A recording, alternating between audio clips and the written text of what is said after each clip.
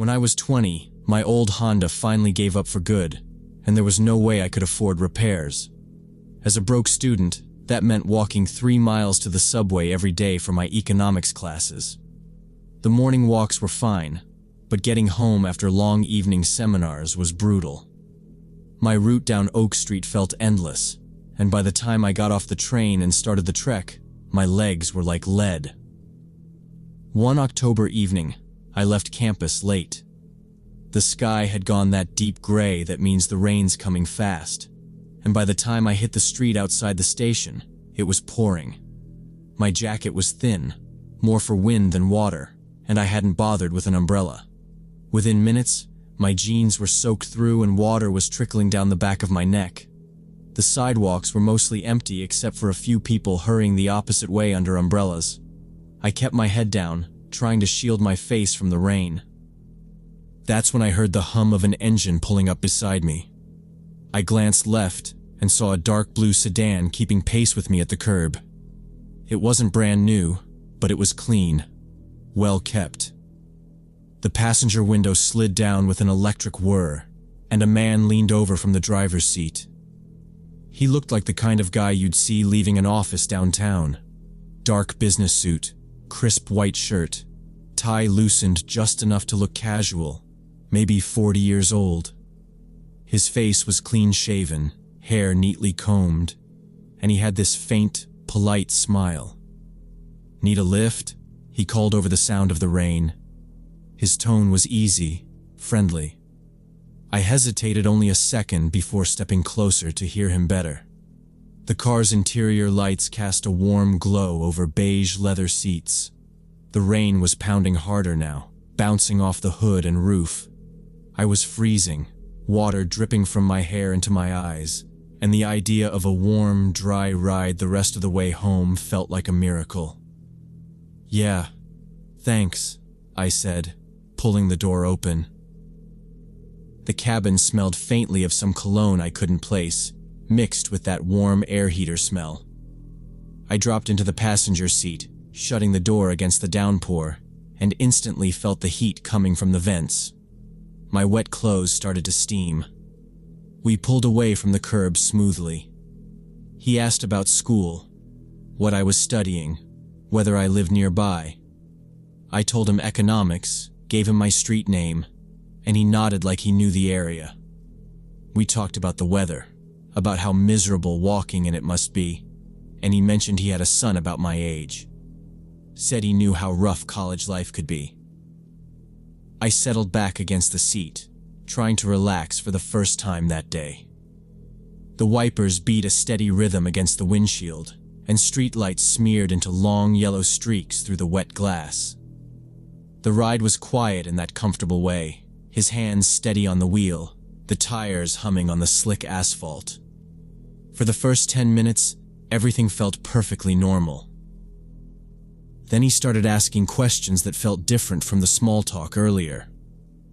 "What building do you live in exactly?" he asked, glancing over at me quickly, then back at the road. "You got roommates? Anyone waiting up for you tonight?" I answered without thinking at first, just out of habit. But as I spoke, I realized how personal the questions were. The way he kept sneaking those side looks at me made my shoulders tense.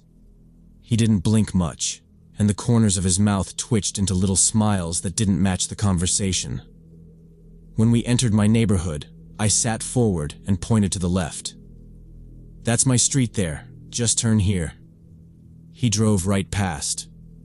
"You missed it," I said, a little louder this time. He gave a slow smile, his eyes still on the road ahead. "I know a shortcut. Trust me. It's quicker." My stomach tightened. I knew these streets well enough to be sure there was no shortcut in that direction.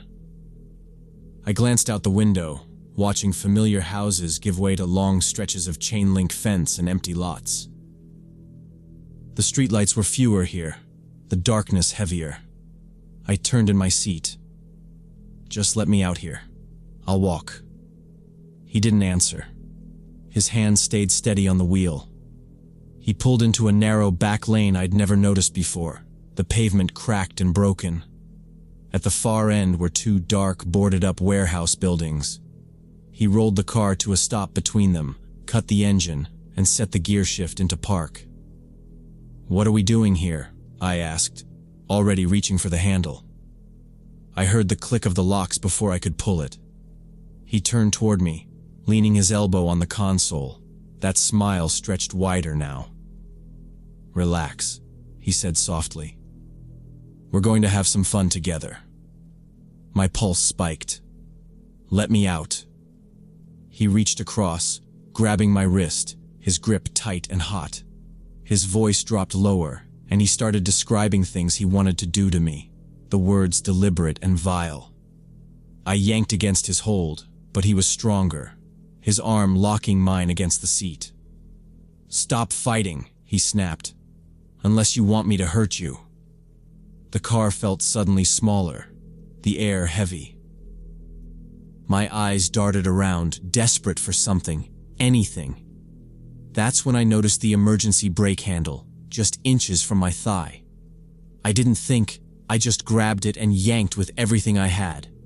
The brake popped up and the car jolted forward with a violent clunk. He was thrown forward into the steering wheel, swearing loudly.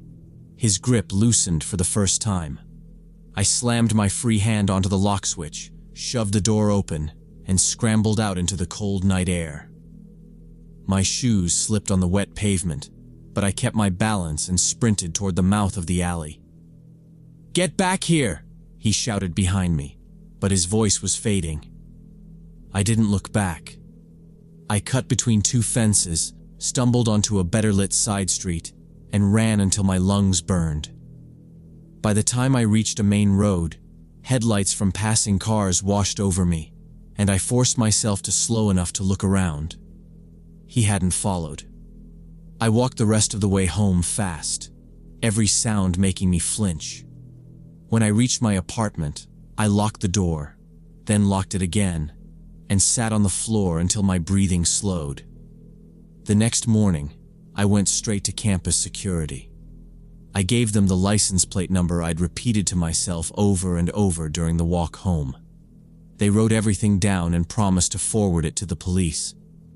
I never found out if they caught him.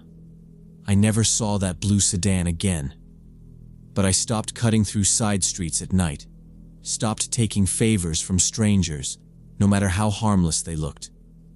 If it meant walking 10 miles in the pouring rain, so be it. I'd rather arrive home soaked to the bone than ever step into a car with someone I didn't know again.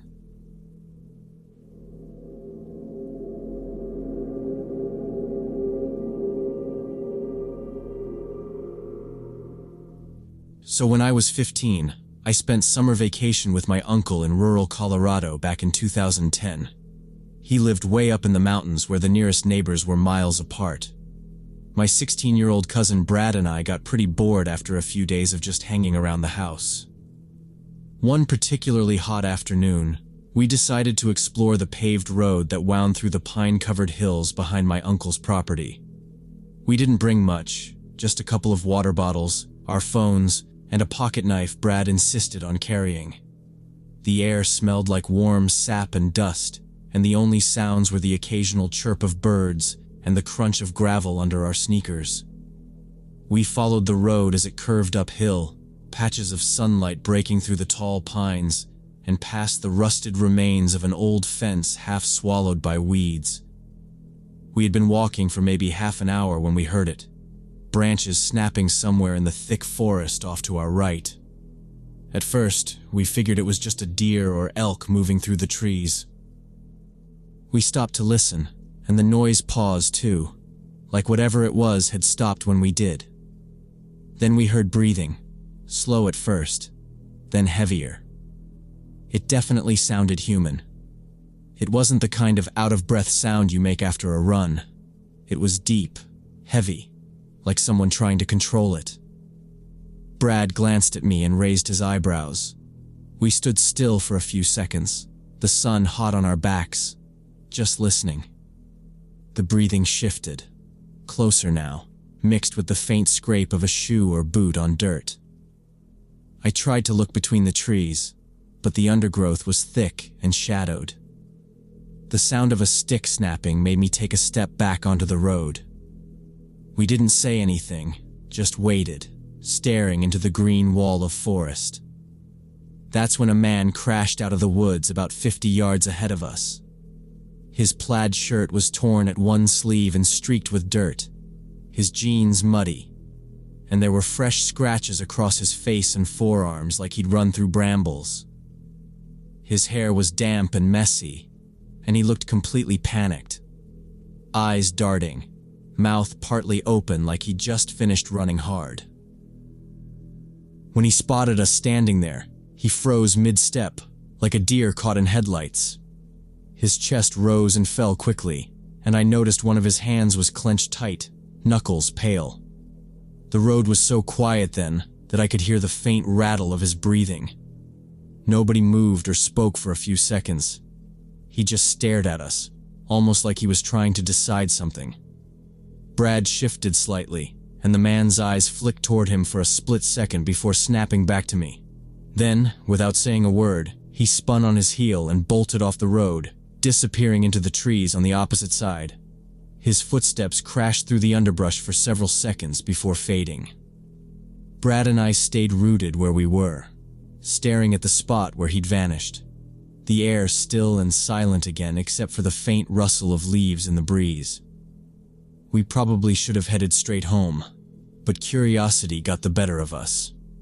We decided to check out where the guy had come from originally. Following the broken branches and the scuffed dirt, we left the road and stepped into the pines. The ground was soft with needles and pockets of granite. We moved slow so we didn't snap twigs. We stopped often to listen. No voices, no engines, just flies and the faint trickle of water somewhere below the slope. We followed the disturbance like a breadcrumb trail. Ferns were bent. A sapling was split at the top where something heavy had dragged through. On a patch of dark soil, I saw the outline of a sneaker.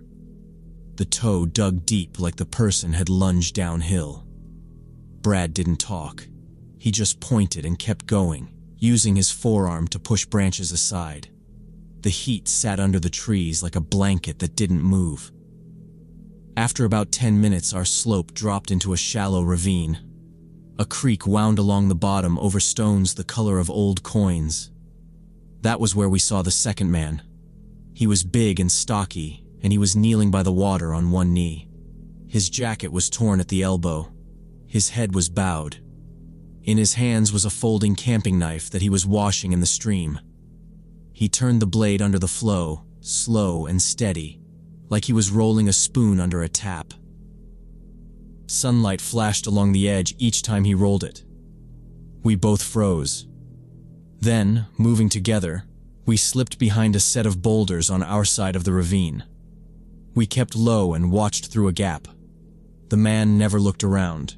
He just kept cleaning.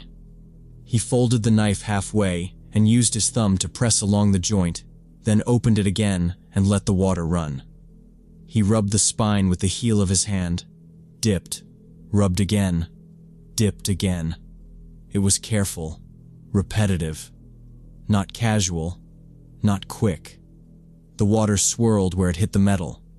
I noticed his hands were scraped across the knuckles. One cuff had a faint pink wash at the edge, like it had been rinsed but not fully. He didn't drink or splash his face. He didn't look tired. He looked focused on a single task. Brad's grip tightened on my sleeve. He tilted his head back toward the way we came. I understood. We had seen enough. We eased back one heel at a time. We kept our weight over our feet so we wouldn't slide rocks. The smell of wet stone and metal sat there. At the bank, we belly crawled up into a thicket and stayed there a few seconds to listen. Nothing moved except the water. A breeze lifted the tops of the trees and died. We stood and stepped off along our own tracks. The return felt longer. I kept seeing the first guy's face in my head, the way he froze at the road, and then the second man's hands pinching the hinge of that knife. We lost the trail once where the brush grew even, and the ground was all the same color. Brad glanced up through the branches to find the sun and corrected us a few yards. Neither of us spoke. When we reached the pavement, it was like hitting bright water. Heat lifted off the blacktop. We just turned and headed for the house at a fast walk that almost became a run. Every bend in the road felt like a place someone could step out. I kept checking behind us. Back there was only shimmer and trees. Our footsteps sounded loud on the shoulder. At the property line, we cut across the field to save time, passing the stack of split wood and the old tractor with the flat tire. The windows were open. My uncle was in the kitchen wiping down the counter with a towel. We told him what we saw in order. The crash in the trees. The first man on the road, the second man at the creek washing a folding knife, over and over. He listened. He looked at our torn shirts and the sap. He didn't seem alarmed. He asked if either man spoke. We said no.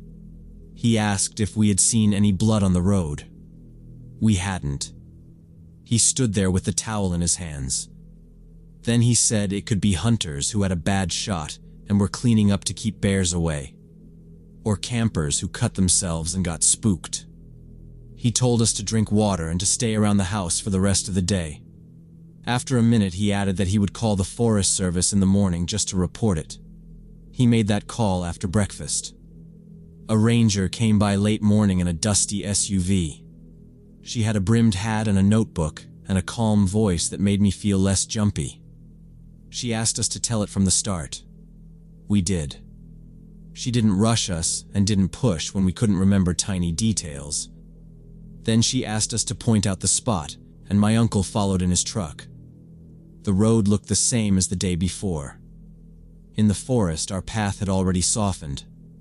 Branches we bent had fallen back. The footprint was gone. Needles hid our tracks.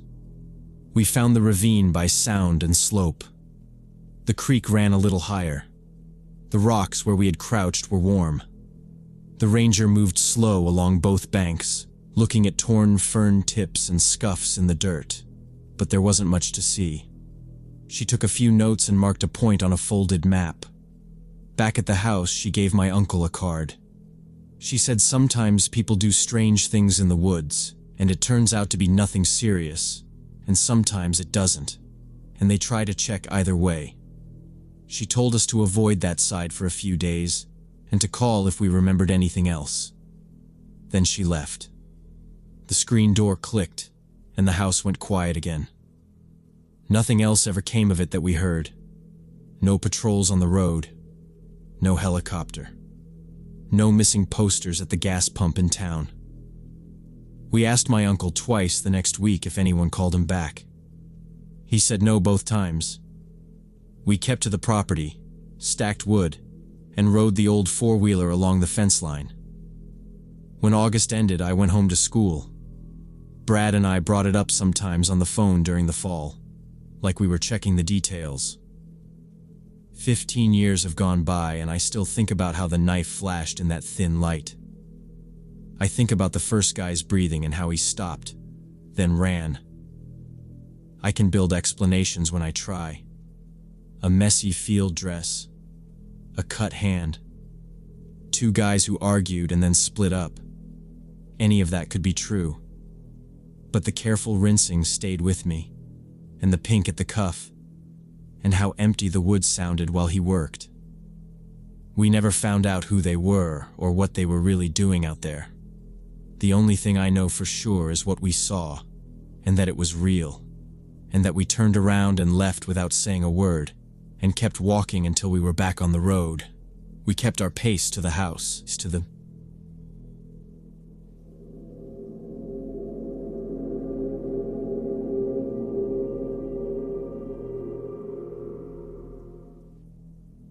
I used to work the overnight shift at a 24-hour laundromat in the suburbs when I was 28.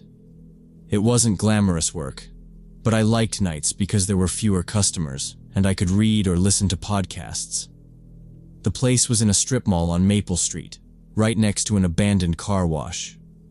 The lights there had been out for years, and the fenced-off bays were choked with weeds. On weeknights, it was usually just me and the low hum of the washers and dryers, the place smelling faintly of detergent and warm lint. It was around midnight on a Wednesday when I noticed the automatic front door opening for no reason. I was at the counter restocking dryer sheets when I heard the glass panels slide apart with that soft electric hum. Nobody walked in. I looked over, thinking maybe a late-night customer was coming, but the doorway was empty. The door stayed open for maybe 30 seconds before closing again. I figured the motion sensor was acting up. Sometimes a moth or piece of dust would trigger it. I thought maybe a stray cat had wandered close, but I didn't see any movement outside. A little later, it happened again. The same slow slide, the same pause, the same smooth close. This went on every 20 or 30 minutes. I kept glancing up from my book whenever I heard it, but there was never anyone there. By the second hour, I was paying more attention. The strip mall was mostly dark except for the glow from my windows and a flickering security light over the shuttered nail salon 2 doors down. Past that, the parking lot stretched into shadow. The only sound was the rumble and churn of machines behind me. I went outside a few times to check.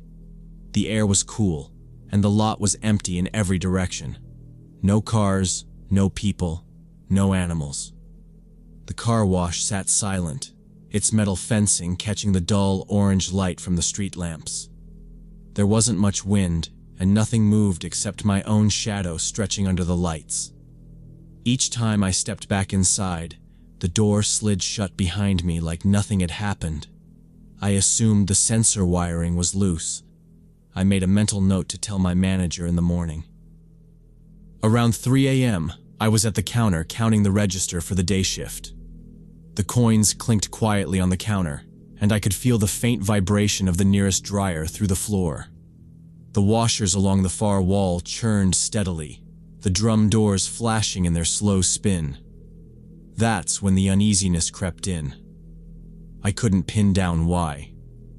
The air inside felt still in a way it hadn't earlier, and every small sound, the click of the bill counter, the swish of the drum, the faint drip from the utility sink, seemed sharper, like they were happening in a larger, emptier space than the one I was standing in. The front door was in my peripheral vision as I stacked the bills into the drawer. I kept catching myself glancing at it, listening for that smooth, sliding sound. The rest of the laundromat was lit but empty, the rows of machines stretching away in both directions, silver doors gleaming under the fluorescent lights. The counter felt too far from the door, and the open space between them suddenly seemed like something I didn't want to cross.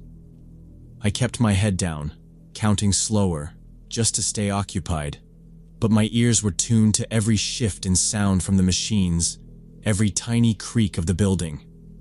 I heard the footsteps first, quick and careful, like someone trying to be quiet and failing. They came from behind the triple-load dryers. I turned and stopped breathing. A skinny man in a dark hoodie stood about 10 feet away with the hood up. His face looked unshaven and gray. His eyes were red like he hadn't slept. In his right hand he held a folding knife, the blade out, maybe 4 inches, bright under the fluorescent lights. I kept my voice low and steady and asked if he needed help. He didn't answer. He just stared with a blank look that didn't match the situation. I told him I could give him the cash from the drawer. I said it plain. He blinked, slow and empty. He didn't glance at the money. He didn't look at the door. The quiet felt heavier than the machine noise. I understood he wasn't there to rob me. He had some other plan I didn't want to see. My hands shook as I inched one hand toward my pocket to feel my phone. He took a step when I moved. The knife came up by an inch, not fast, but sure. I stopped. I could see dried mud on his laces and a nick near the tip of the blade. I shifted my weight so the counter stayed between us. He watched my wrists, not my face. I opened the till with 2 fingers, pulled out a stack of bills, and pushed it to the counter's edge. "Take it," I said. Nothing. No nod. No sound from him at all. Up close, he smelled sour and chemical. A wet cough from a washer filled the space where words should have been. I reached again toward my pocket. He moved again, closer, light on his feet. I could feel time running out. The nearest thing with wheels was the wire laundry cart by the folding table. It was half full of lost socks. I grabbed the cart and shoved it as hard as I could in his direction. The wheels screamed over the tile. The cart jumped the floor seam and smashed into the plastic chairs. One chair flipped and slapped the window. Bottles rattled on the shelf. His eyes cut to the noise for a half second. I ran. I cut past the change machine and through the staff gate. The gate banged off my hip and swung back on its spring. He came after me, shoes hitting the tile in fast, flat slaps. I hit the back hallway at a full sprint, shoulders scraping the cinder block, and slammed both hands into the crash bar. The metal door blew open, and I stumbled into the service alley behind the strip mall. Cold air and a wet concrete smell hit me. I sprinted left toward the neighboring store's loading dock. A red sensor lit, and their external alarm exploded into the night. A steady horn that echoed off the abandoned car wash. The sound must have spooked him. His footsteps faded behind the door. I kept running until I reached the big blue dumpster, then dropped behind it and pulled my phone. My thumb shook on the screen. I called 911 and gave the address and said there was a man inside with a knife. I stayed behind the dumpster, eyes on the alley corner, phone to my ear. The alarm kept blaring. A semi rolled past on Maple and the sound folded into the horn. The dispatcher asked if I was safe. I said I was outside, crouched behind the dumpster, door behind me. Every few seconds I peeked around the metal and expected to see the hood and the knife. Nothing moved but trash in the breeze. A patrol car rolled in with lights flashing but no siren. It took 8 minutes. It felt like an hour. I stood up with both hands out so the officers could see I wasn't the problem. We cleared the alley together and went back through the door. The cart lay against the chairs. Coins were scattered under the counter like spilled marbles. The entrance door was shut. The guy was gone. We checked everywhere. The bathroom. The storage closet with the belts and lint screens. Nobody. The machines kept doing their cycles like nothing had happened. A washer timer clicked down the last seconds. The drain pump buzzed, and then it cut off. It sounded normal, which made it worse. My manager arrived with a ring of keys and a jacket over pajamas. We pulled up the cameras on the little monitor under the counter. The picture was grainy and gray, the timestamp a white block in the corner. We rewound to midnight. We watched me read. Me walk to the door. The door opened by itself. Me walk out and stare at an empty lot. We let it run fast, and then slowed it when something twitched near the far wall. At 12:11 a.m., a shoe sole flashed under the vent base of the industrial dryers. If you didn't look for it, you missed it. The metal panel flexed a hair like someone leaned against it from the gap behind the machines. He had parked himself back there, in the hot space with the vent hoses, and waited.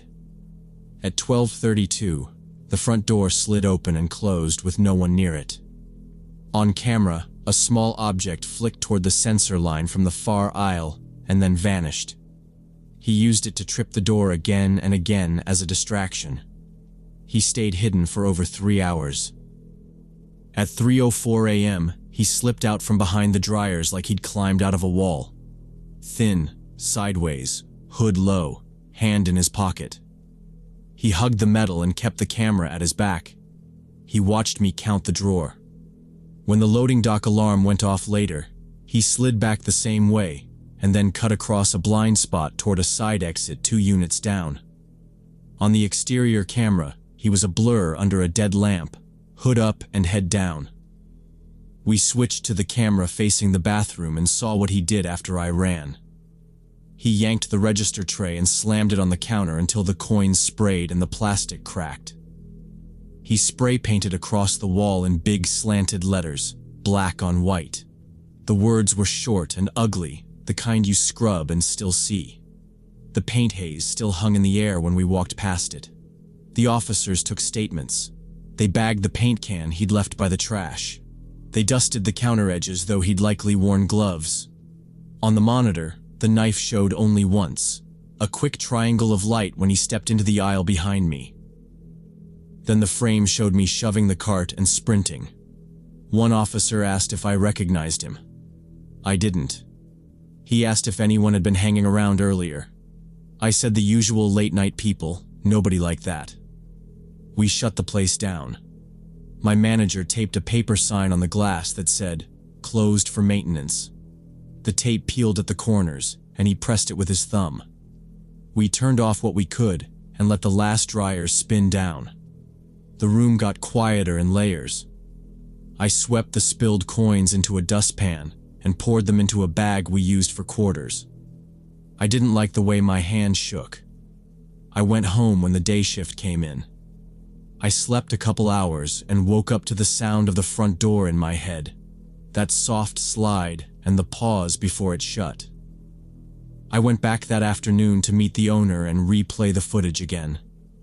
We stood where I had stood and looked down the long aisles. The paint on the wall was half scrubbed, a dark rectangle where the threat had been. The solvent smell sat low, mixed with hot lint. The official report said unknown suspect, no further leads, patrol increased in the area. They left a card and told me to call if he came back. I started carrying a small flashlight in my pocket even in the daytime, out of habit. Every noise sounded like a footstep for a while. The next week, I quit. I told them I couldn't do overnights alone anymore.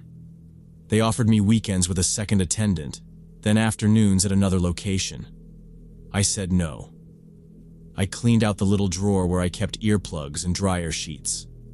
I dropped my key on the counter and took one last look at the rows of machines, the steel doors catching the ceiling lights, the scuffed tile by the entrance, the empty chairs by the window. I watched the street on Maple for a few seconds, then walked out and never worked alone again.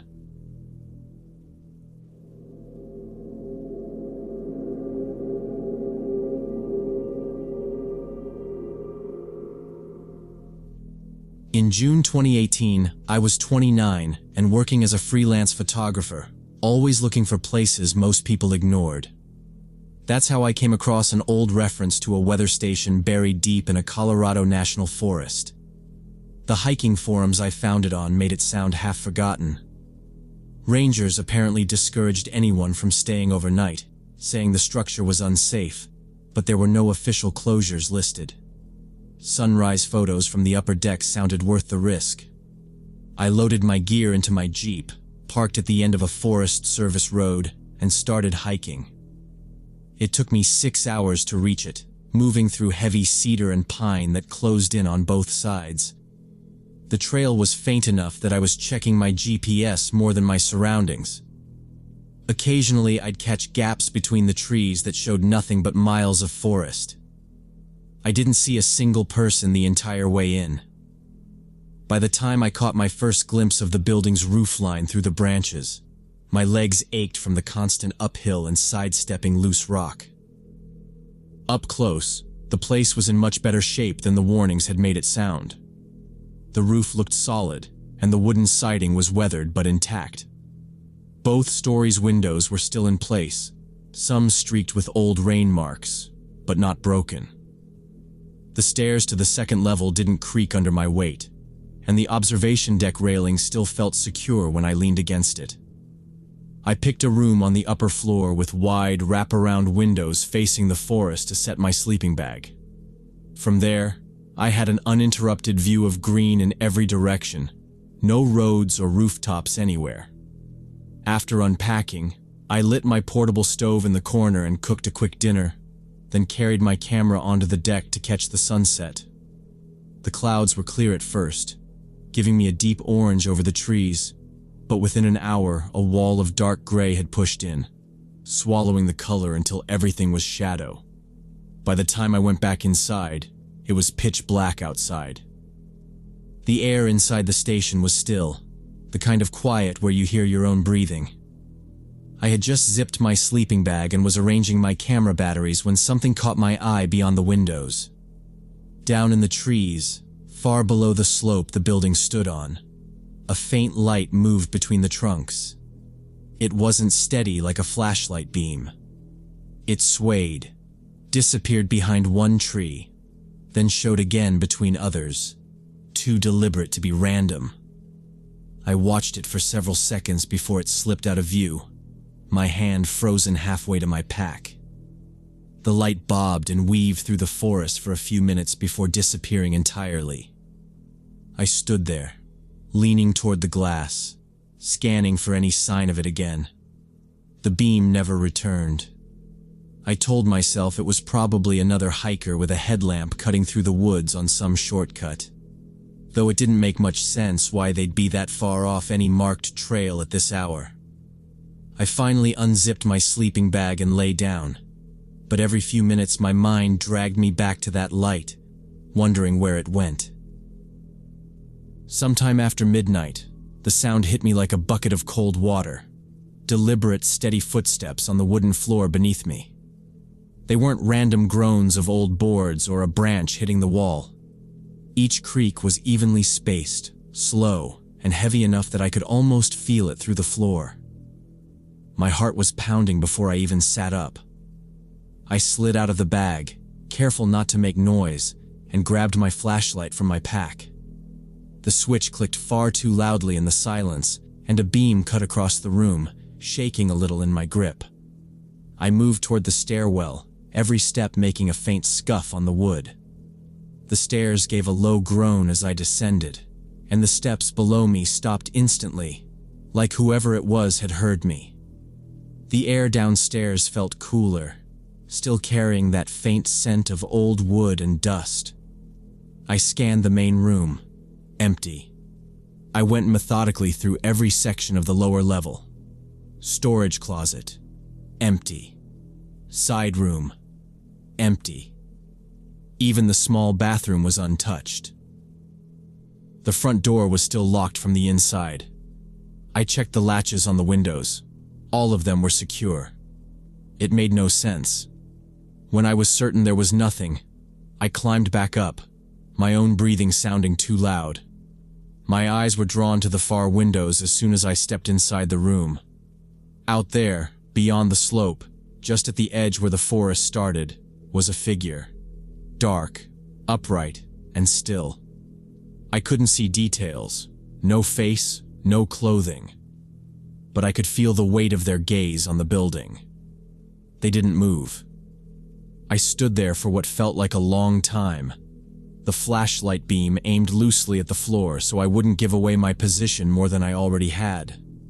Then, without turning, without any visible motion, the figure seemed to fade backward into the black between the trees, until there was nothing.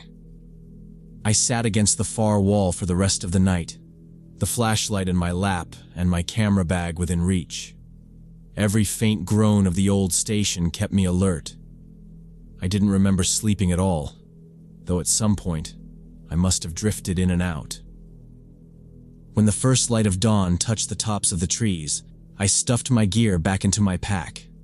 My hands moved quickly, almost automatically. I wanted to be on the trail before the sun cleared the horizon. Before leaving, I circled the station to make sure nothing had been disturbed outside. That's when I noticed the prints. Fresh boot treads pressed into the dirt near the front porch, deep enough to be recent. They were larger than mine and led away toward the tree line. Next to them, 3 cigarette butts lay half buried in the soil. The paper was still white, no signs of rain or heavy weather damage. Whoever had been here hadn't left long before me. The forest felt closer now, thicker, even in daylight. I adjusted my pack straps and started toward the trail. The weather was clear, no wind, No animal sounds except the occasional distant bird. My boots scuffed against loose rock, and I kept glancing over my shoulder. The hike back should have taken a little over 4 hours, but each turn in the trail seemed to stretch longer. My eyes kept flicking to the gaps between trees, half expecting to see the same still figure shadowing me at a distance. Each time I stopped and looked back, the path was empty, the silence pressing in. By the time the Jeep came into view through the thinning trees, my legs felt lead-heavy. I didn't stop until I was inside with the doors locked, my pack tossed into the passenger seat. I sat there for a moment, the steering wheel under my hands, staring at the narrow dirt road ahead. I didn't take out my camera. I didn't look through the shots I'd taken of the sunset. I just started the engine and drove until the forest was behind me. I never went back to that weather station. After that trip, I started picking locations with more care. Places closer to other hikers. Places I could leave quickly if I needed to. The forest still pulls at me. But I think about that night whenever I'm alone out there. Somewhere between the cedar trunks and the shadows, someone had been watching. And for reasons I still don't understand, they let me leave.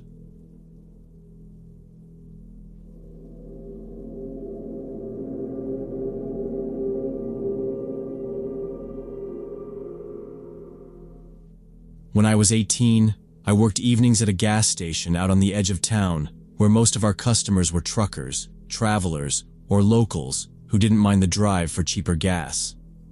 It wasn't busy enough to be stressful, but there was always a steady trickle of people coming in for snacks, cigarettes, or coffee.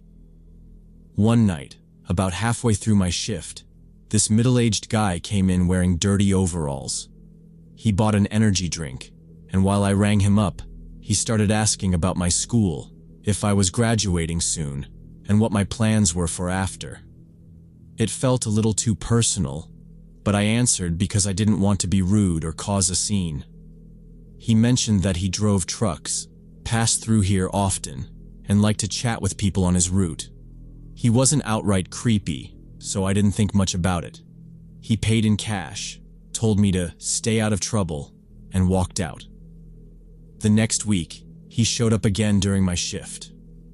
This time he grabbed a pack of gum and, without much prompting, picked up right where our previous conversation had left off. He remembered the school I went to, that I'd said I was thinking about community college, even the part about me helping my uncle on weekends. I hadn't given him my name, but it was clear he'd remembered every detail I'd let slip before. That stuck with me a bit more than the first encounter. After that, he started coming in a lot. Sometimes he'd buy a coffee or a snack. Other times he'd just stand near the counter pretending to browse, making small talk whenever the place was empty. A couple of times, I noticed him out in the parking lot long after he'd paid, leaning on his truck and watching the road. He began asking about my work schedule, saying things like, "What days are you here late?" Or, "What time do you usually get off?" Once, when my car was in the shop, and I mentioned it in passing to a coworker, he offered to give me a ride home. I politely declined, keeping my tone as neutral as possible. Not long after I made a social media account, he somehow found it.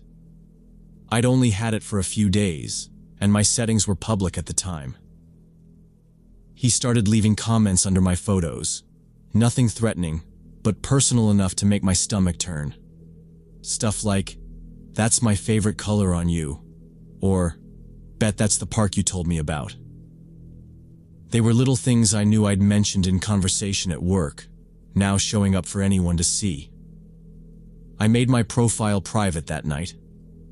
My manager must have noticed I was jumpier than usual, especially when certain customers walked in. He asked me if something was wrong, but I brushed it off. I didn't want to make a big deal out of a regular who hadn't technically done anything you could call a crime. Still, I found myself checking the lot more often before stepping outside, and keeping my phone closer than usual whenever the bell above the door rang. It got worse after that. I'd be walking to my evening class and see the same dark blue truck idling on the far side of the lot. Sometimes the headlights would flick on for a second when I passed, then shut off again. I told myself he might just be taking a rest like truckers do, but the sight of that cracked windshield and the faded company logo on the door left no doubt. One night after class, I spotted it parked near the bus stop. I kept my head down and pretended to scroll my phone until the bus came, but when it pulled away, I saw him through the window, standing by the shelter, just watching. A few days later, I went to pick up groceries after school. The parking lot was busy, carts rattling and car doors slamming, and for a moment, I forgot to be on edge. But as I approached the entrance, he stepped out from where he'd been leaning against the wall, grinning like it was a surprise reunion. "Hey, fancy seeing you here," he said, acting like we'd run into each other by accident. My throat went dry. I mumbled something about being in a hurry and walked straight inside, not looking back. Still, I could feel his eyes on me from outside, like heat through glass. That night, it hit me that this wasn't coincidence anymore. He knew where I was going and when. The way he kept turning up couldn't happen without planning. The thought of him memorizing my schedule made my stomach twist. The next day at work, I asked my manager if we could talk privately. I told him everything. Seeing the truck near my classes, the grocery store, the bus stop. He listened, nodded, and said he'd noticed how the guy lingered around the station even when he wasn't buying anything. That evening, when the trucker walked in, my manager met him at the door. I could hear the conversation from behind the counter, my manager's calm but firm voice telling him he wasn't welcome anymore, and if he came back, the police would be called. The man's tone rose, but he didn't shout. He asked why more than once, but my manager didn't budge. After a tense pause, he stepped back outside. Before climbing into his truck, he turned toward the window and locked eyes with me, his mouth set in a thin, flat line. Then he drove off. I thought maybe that would be it. I wanted to believe he'd just move on to another place, another conversation partner. But 3 days later, as I stood at the bus stop after class, he appeared from behind the shelter, moving quickly toward me. My pulse spiked. "You've been avoiding me," he said, his voice sharper than I'd ever heard it. "Why'd you get me banned?" His hands were loose at his sides, but his stance blocked the open space.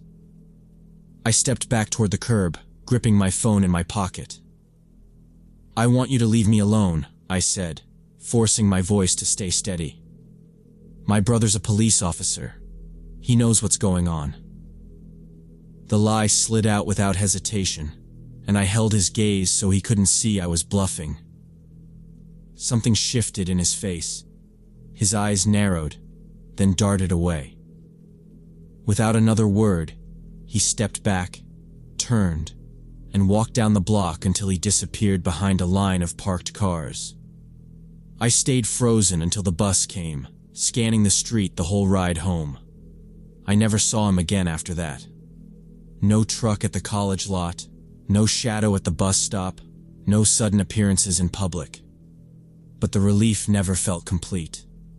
Even now, years later, the hiss of air brakes or the rumble of a diesel engine makes my stomach knot. I learned that some people take politeness as permission, and that sometimes the safest thing you can do is shut the door hard, no matter how it looks.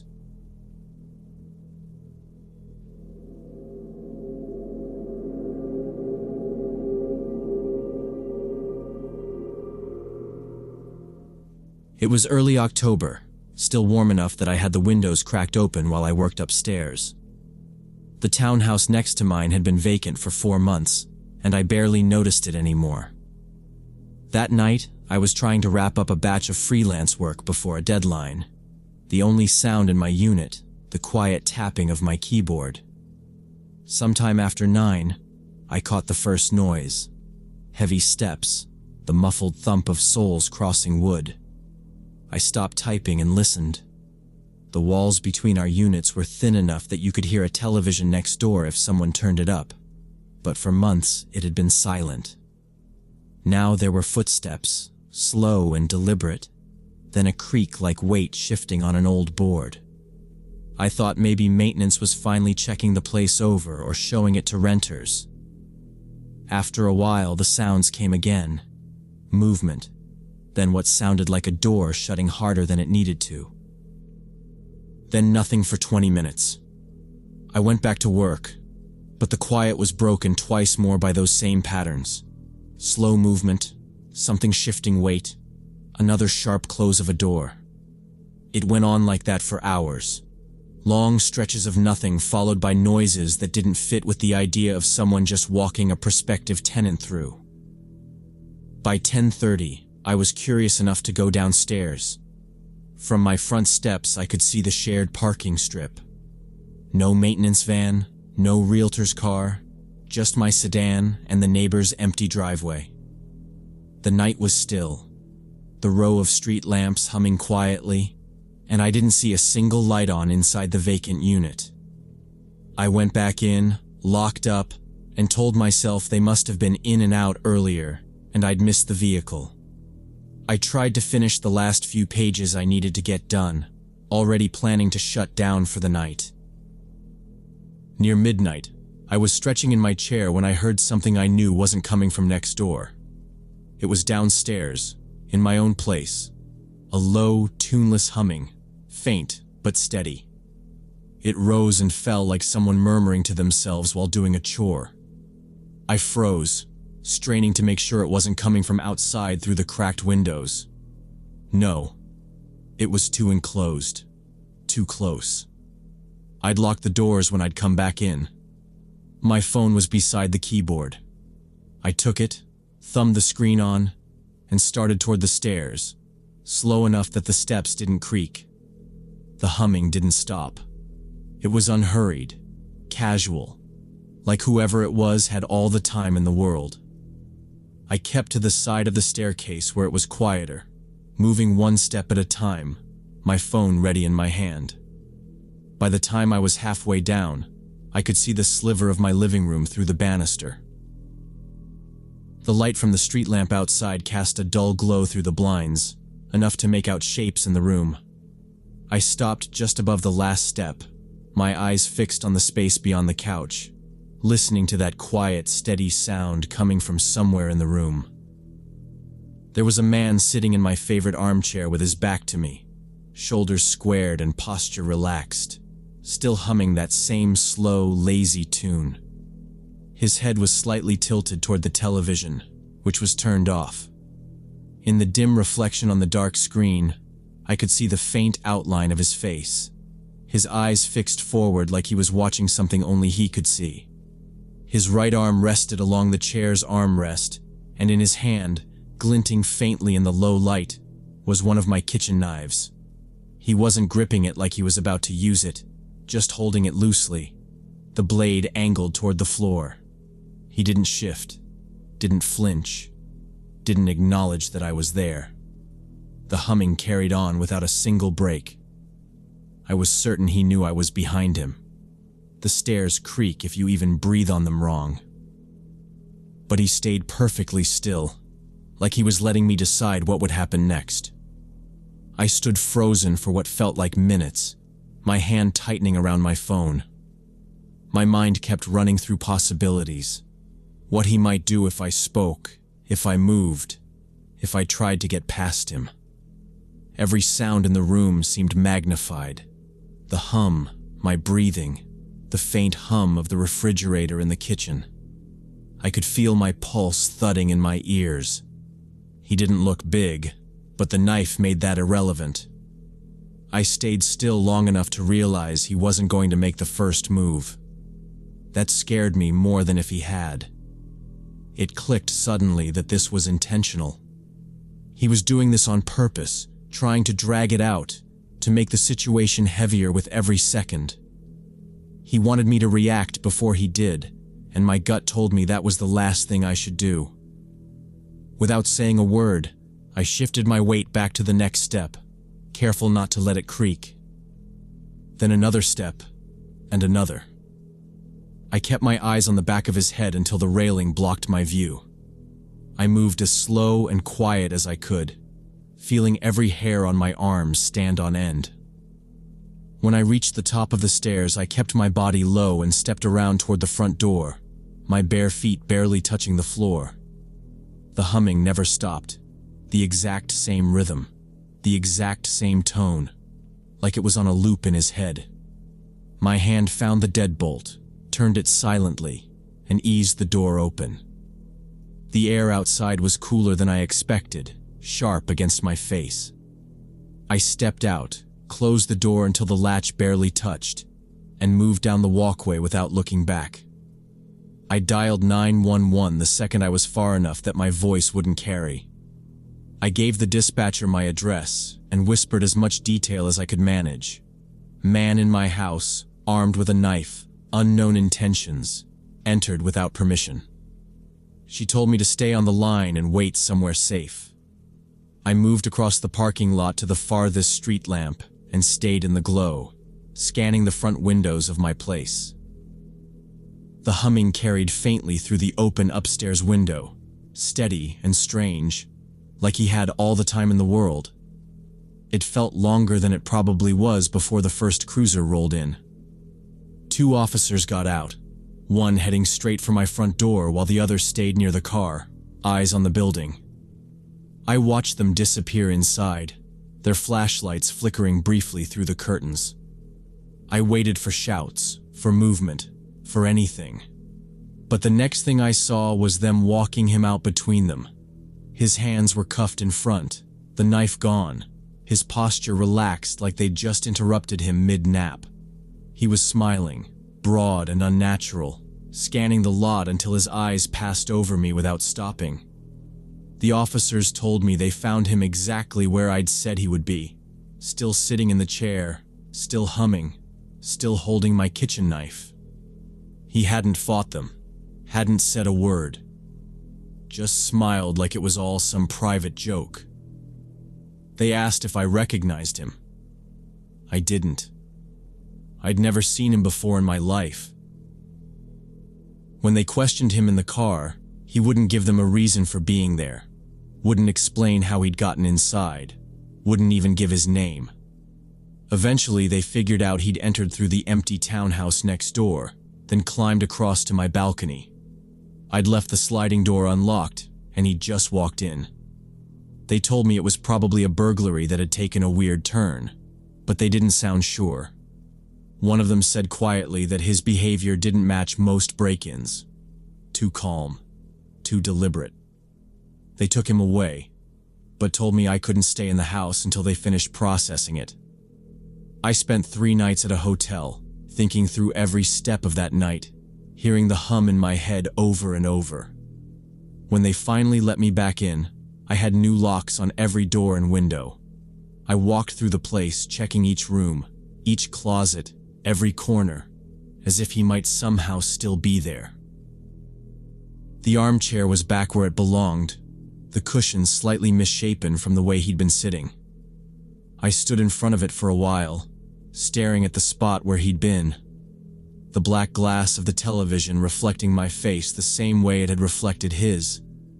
I don't use that chair much anymore. Sometimes I'll catch myself avoiding it without thinking, sitting at the far end of the couch instead. If I do sit there, it's never for long before I find a reason to get up.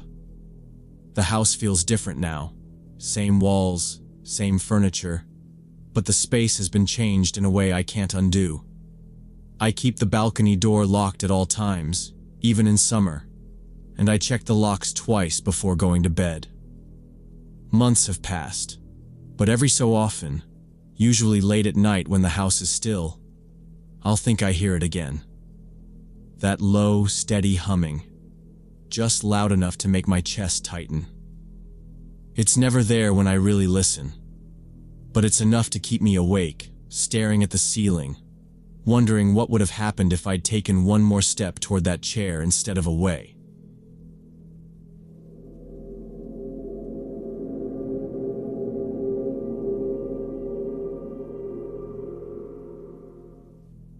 It happened last year when I was 19 and working evenings as a delivery driver for a sushi restaurant. That Thursday, I got an order for a house in Maplewood, one of the expensive neighborhoods where people usually tipped well. The address was 47 Oak Street, and when I pulled up, I saw this huge mansion with a tall fence and thick bushes all around the property. The front gate was slightly open, which seemed strange because people in neighborhoods like this usually keep everything locked tight. I parked on the street and walked up the long driveway with the food bag, checking the address twice to make sure I had the right place. The driveway was long enough that my shoes crunched over small gravel for almost a full minute before I got close to the front porch. There were no cars parked outside that I could see, and most of the curtains on the ground floor windows were drawn tight. The only sound came from a few crows in the trees near the back of the property. The house itself looked spotless from the outside. Fresh paint, trimmed hedges, yet there was something off about how quiet it felt.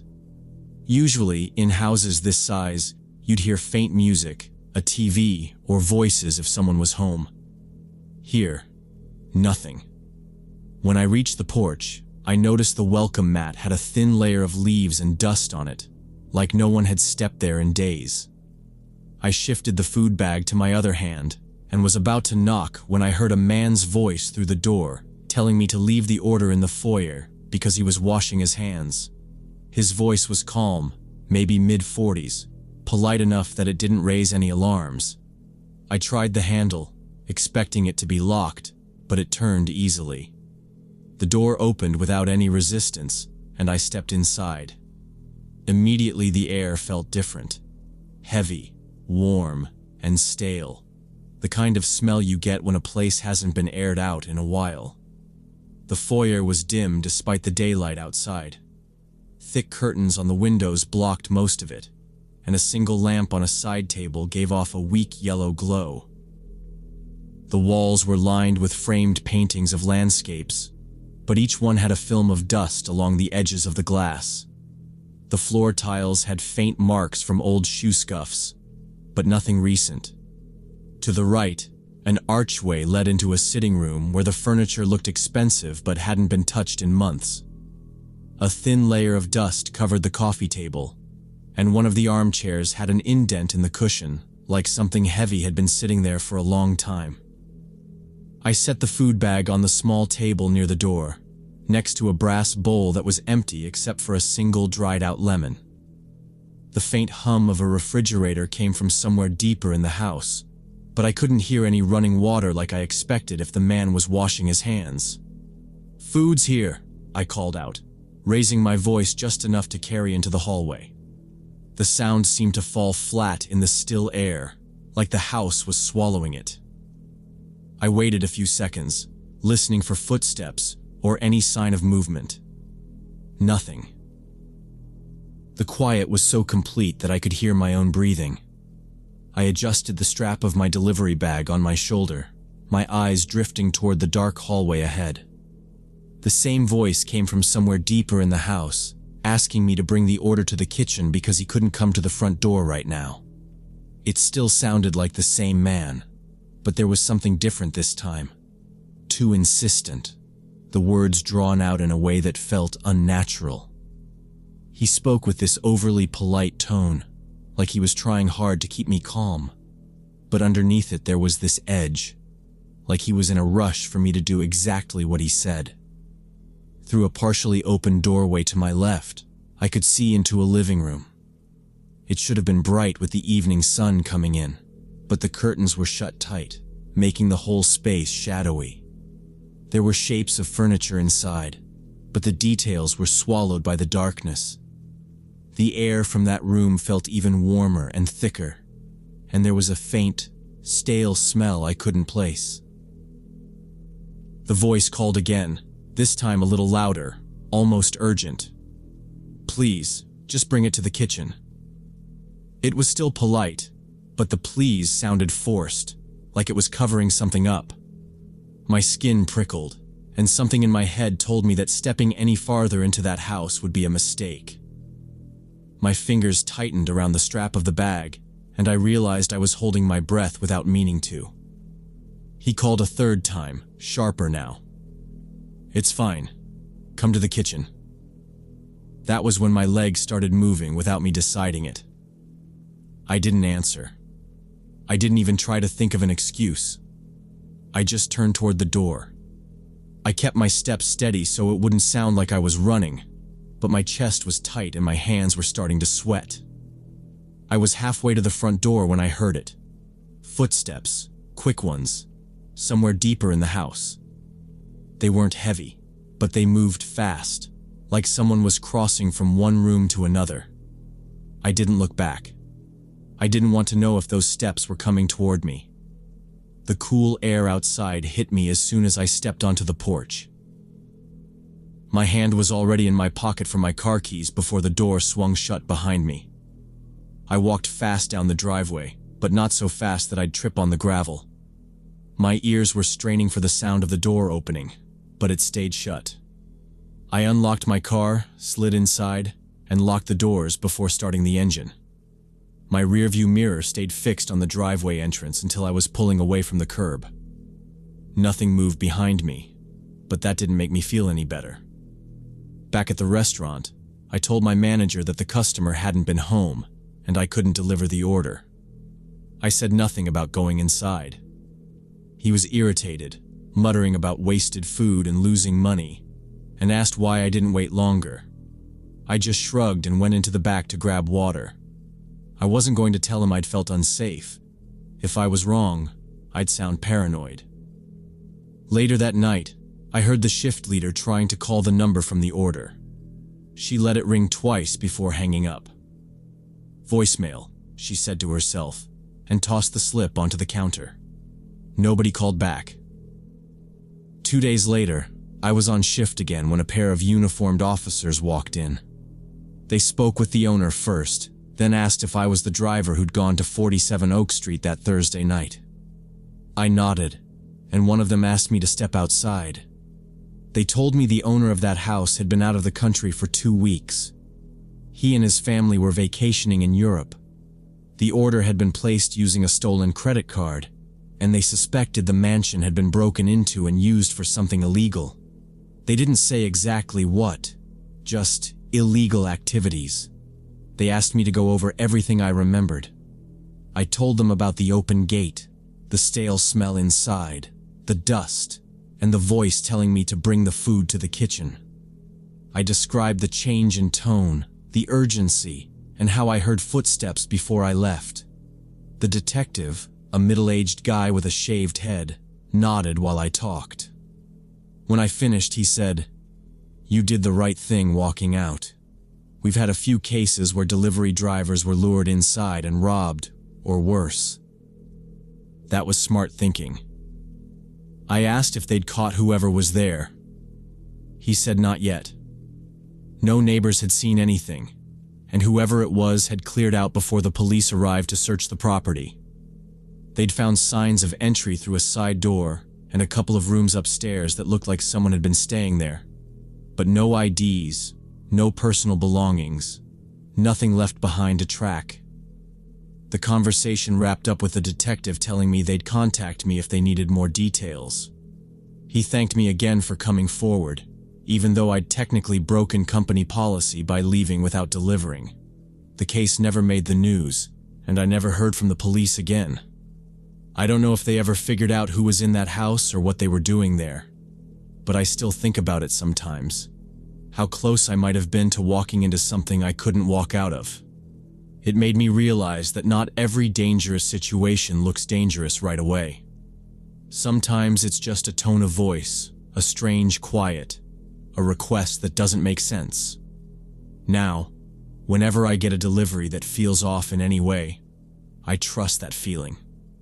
If I pull up and something in me says leave, I leave. I'll take the loss, deal with the boss being mad, whatever it costs me. Because I know now that a tip, or even my job, isn't worth finding out what's waiting in the back of a dark, locked-up house.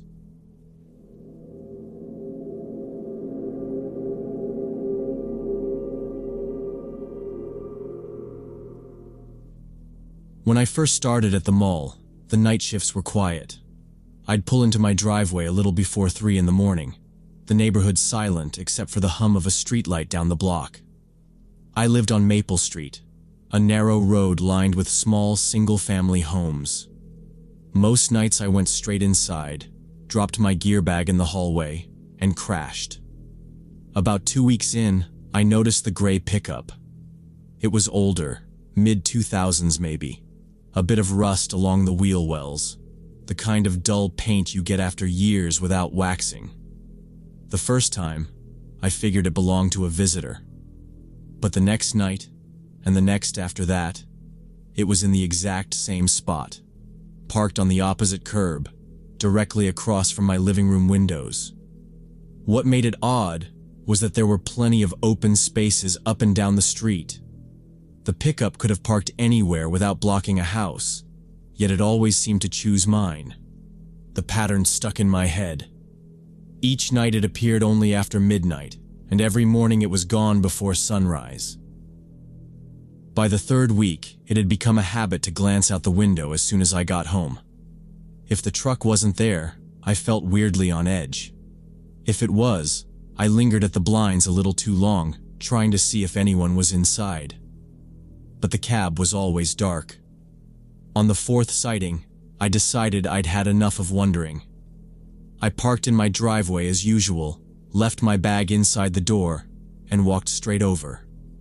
The air was cold and damp, the kind that carries sound easily, so my footsteps seemed loud on the asphalt. I pulled out my phone and snapped a few quick shots of the plates. The truck was empty. Windows up, doors shut, nothing in the bed except a few bungee cords and an old tarp. But I couldn't shake the sensation of being watched, like someone's eyes were on me from somewhere nearby. I scanned the yards, the porches, the dim gaps between houses. Nothing moved. I crossed back over to my place, locked the door behind me, and went to my desk where my small security monitor sat. A few months earlier, after a string of neighborhood break-ins, I'd installed a 4-camera system, 2 outside, 2 inside. Mostly it had caught raccoons and the occasional delivery guy. I queued up the living room feed from earlier that evening, around the time I was in the kitchen making dinner. The motion alert had triggered, so I hit play. The grainy black and white image showed my couch, coffee table, and part of the hallway beyond. Then, clear as day in the corner of the frame, a human silhouette moved past. Shoulders hunched, head slightly turned as if looking toward the kitchen. The figure crossed the room slowly, just inside the camera's range, then disappeared out of view. I froze, staring at the timestamp, 2 hours before I'd come home. The sound from upstairs wasn't fast or frantic. It was slow, paced, like whoever was up there had all the time in the world. Every creak in the floorboards made my chest tighten. I kept my breathing shallow, trying not to give away where I was. My eyes flicked toward the knife block on the counter, but my training came back to me. Never escalate if there's a safer option.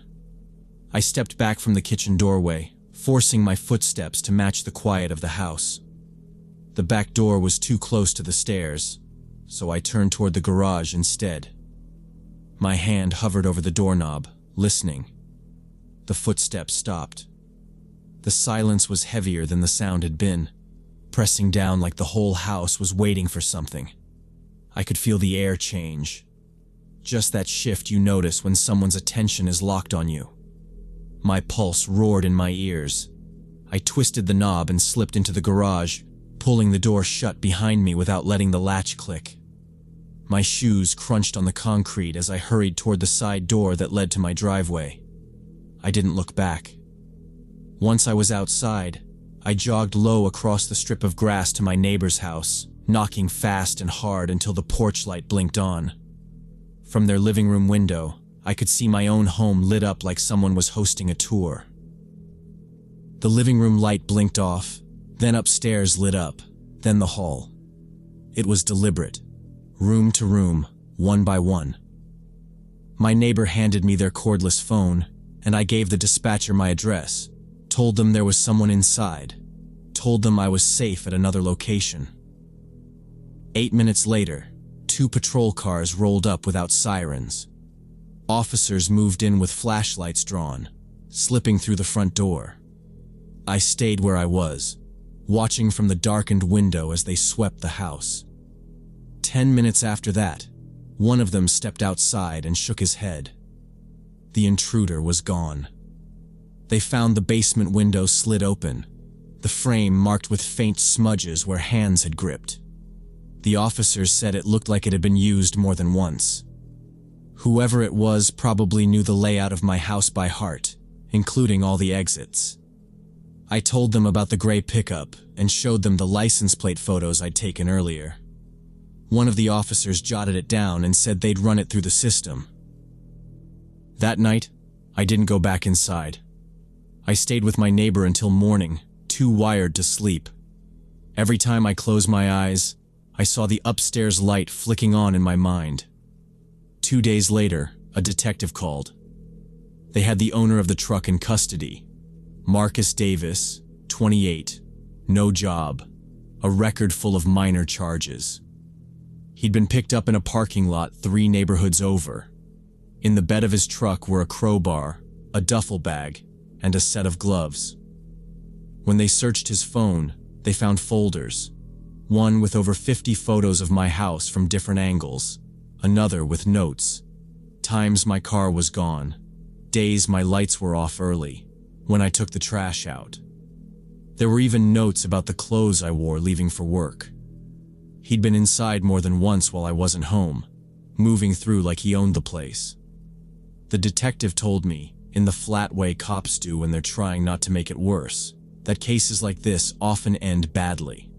The pattern, stalking, surveillance, repeated entries, was the kind of behavior that sometimes shifted into assault or worse. He said catching him now was probably the only reason it hadn't gone further. I signed a statement, agreed to testify if it came to court. The charges included multiple counts of burglary, trespassing, and stalking. Davis didn't say anything to the police about why he'd targeted me. Within 2 weeks, I'd signed a lease in another part of town. Moving day, I kept looking over my shoulder as I carried boxes out. I drove past the new place twice before I pulled into the driveway, scanning the street for parked cars. Now, every night before I go inside, I take a slow look up and down the block. If a car I don't recognize sits too long, I notice. And if I ever see a gray pickup idling across from my house again, I'll be calling before I even step through the door.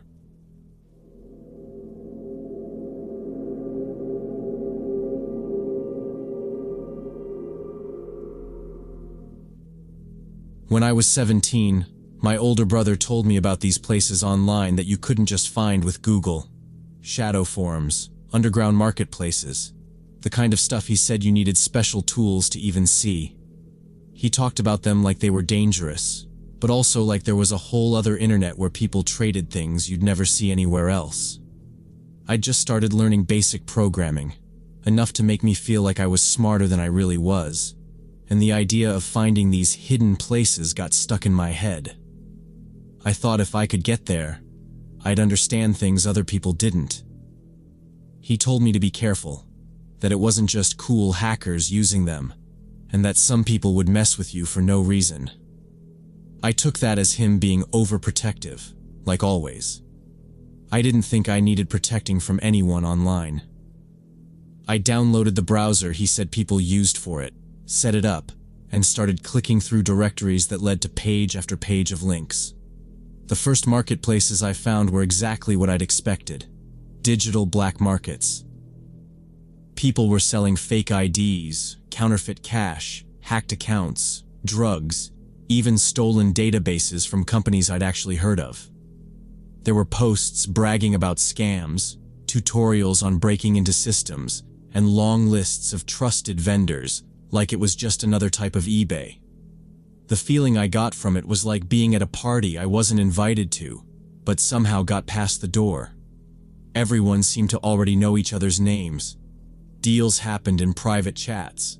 But the public threads were full of coded language, weird slang, and long arguments about who could be trusted. I didn't post anything, just read. Hours would disappear that way, going from one page to the next, following links until I was somewhere completely different from where I'd started. Every time I found something new, it felt like I'd gotten deeper into some hidden world. I learned what VPNs really did, how people layered them with proxies, and why anonymity wasn't as simple as it sounded. My brother's warnings faded from my mind. I wasn't buying anything, so I figured I was safe. I told myself I was just observing, but the truth was, I liked the rush of it. After a few weeks, I found a forum that didn't look like the others. Most had sections for beginners, but this one's front page was full of bold red warnings. There was a category labeled, "For experienced users only." It was buried near the bottom, like they didn't want people stumbling into it. That just made me want to click it more. The rules were short and aggressive. No screenshots, no sharing links outside, no asking stupid questions. Breaking any of them meant you'd be removed. I'd seen enough to know that removed here didn't mean just banned. It meant your name dragged through every other forum so no one would deal with you again. I clicked anyway. The sub-forum was mostly locked threads with hundreds of replies, but one had a small icon next to it showing it was open. Inside, the posts weren't like the normal marketplace listings.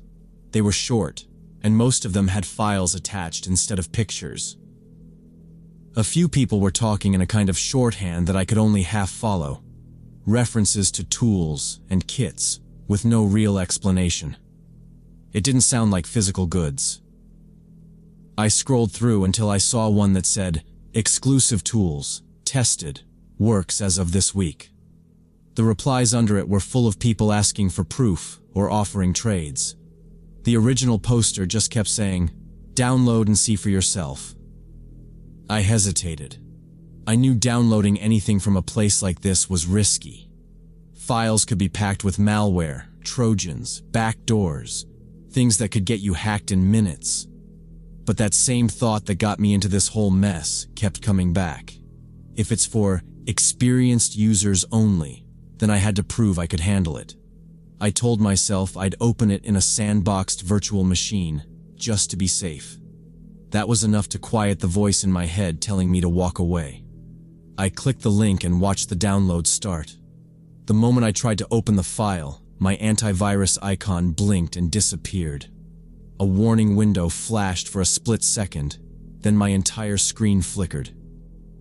My webcam light clicked on, off, then on again. A feed opened in the middle of the screen, not showing me, but a man in a cheap plastic mask sitting at a desk.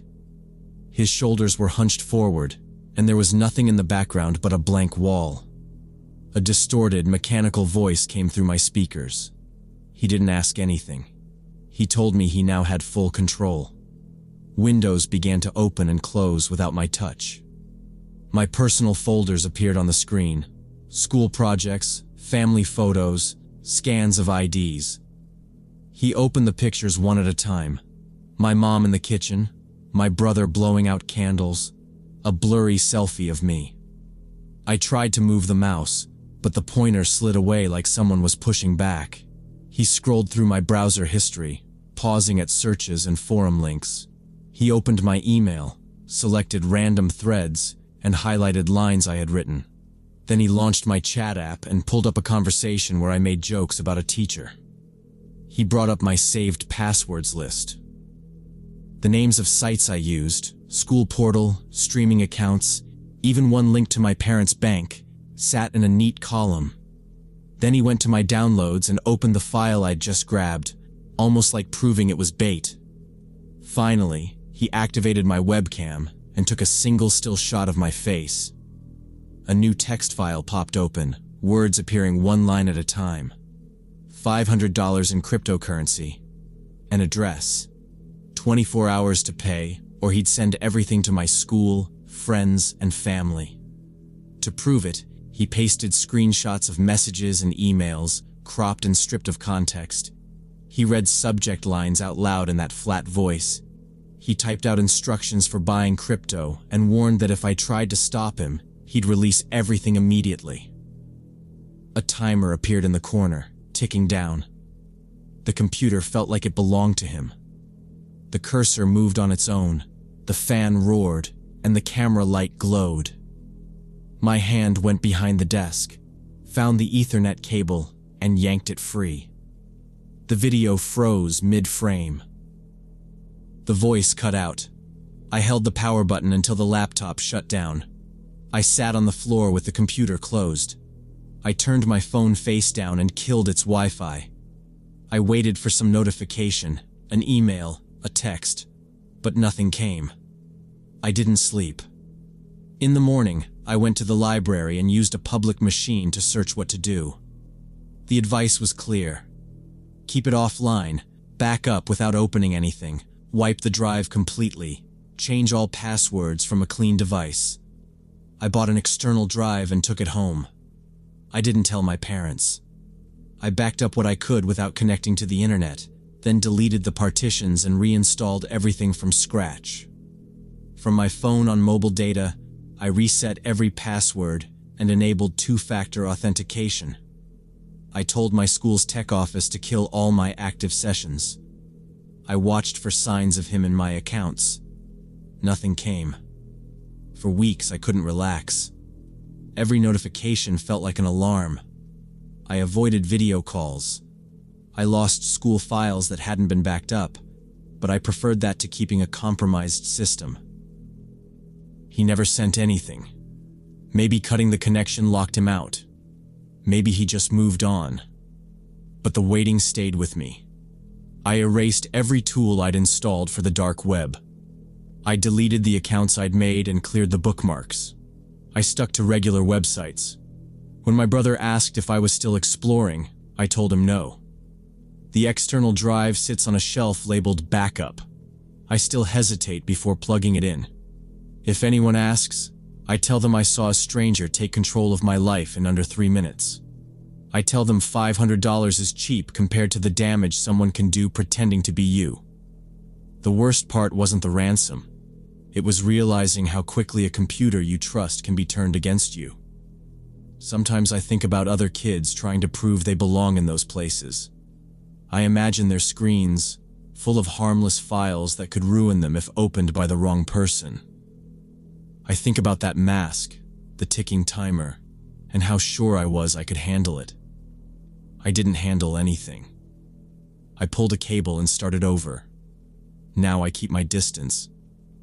The dark web isn't a playground. It's a hunting ground. I was prey for a few hours, and that was enough.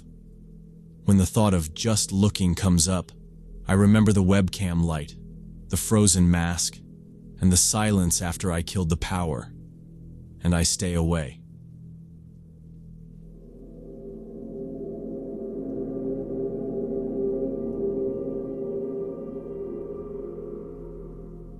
Last summer, I was driving home after visiting my sister who lived in a small town about 2 hours away.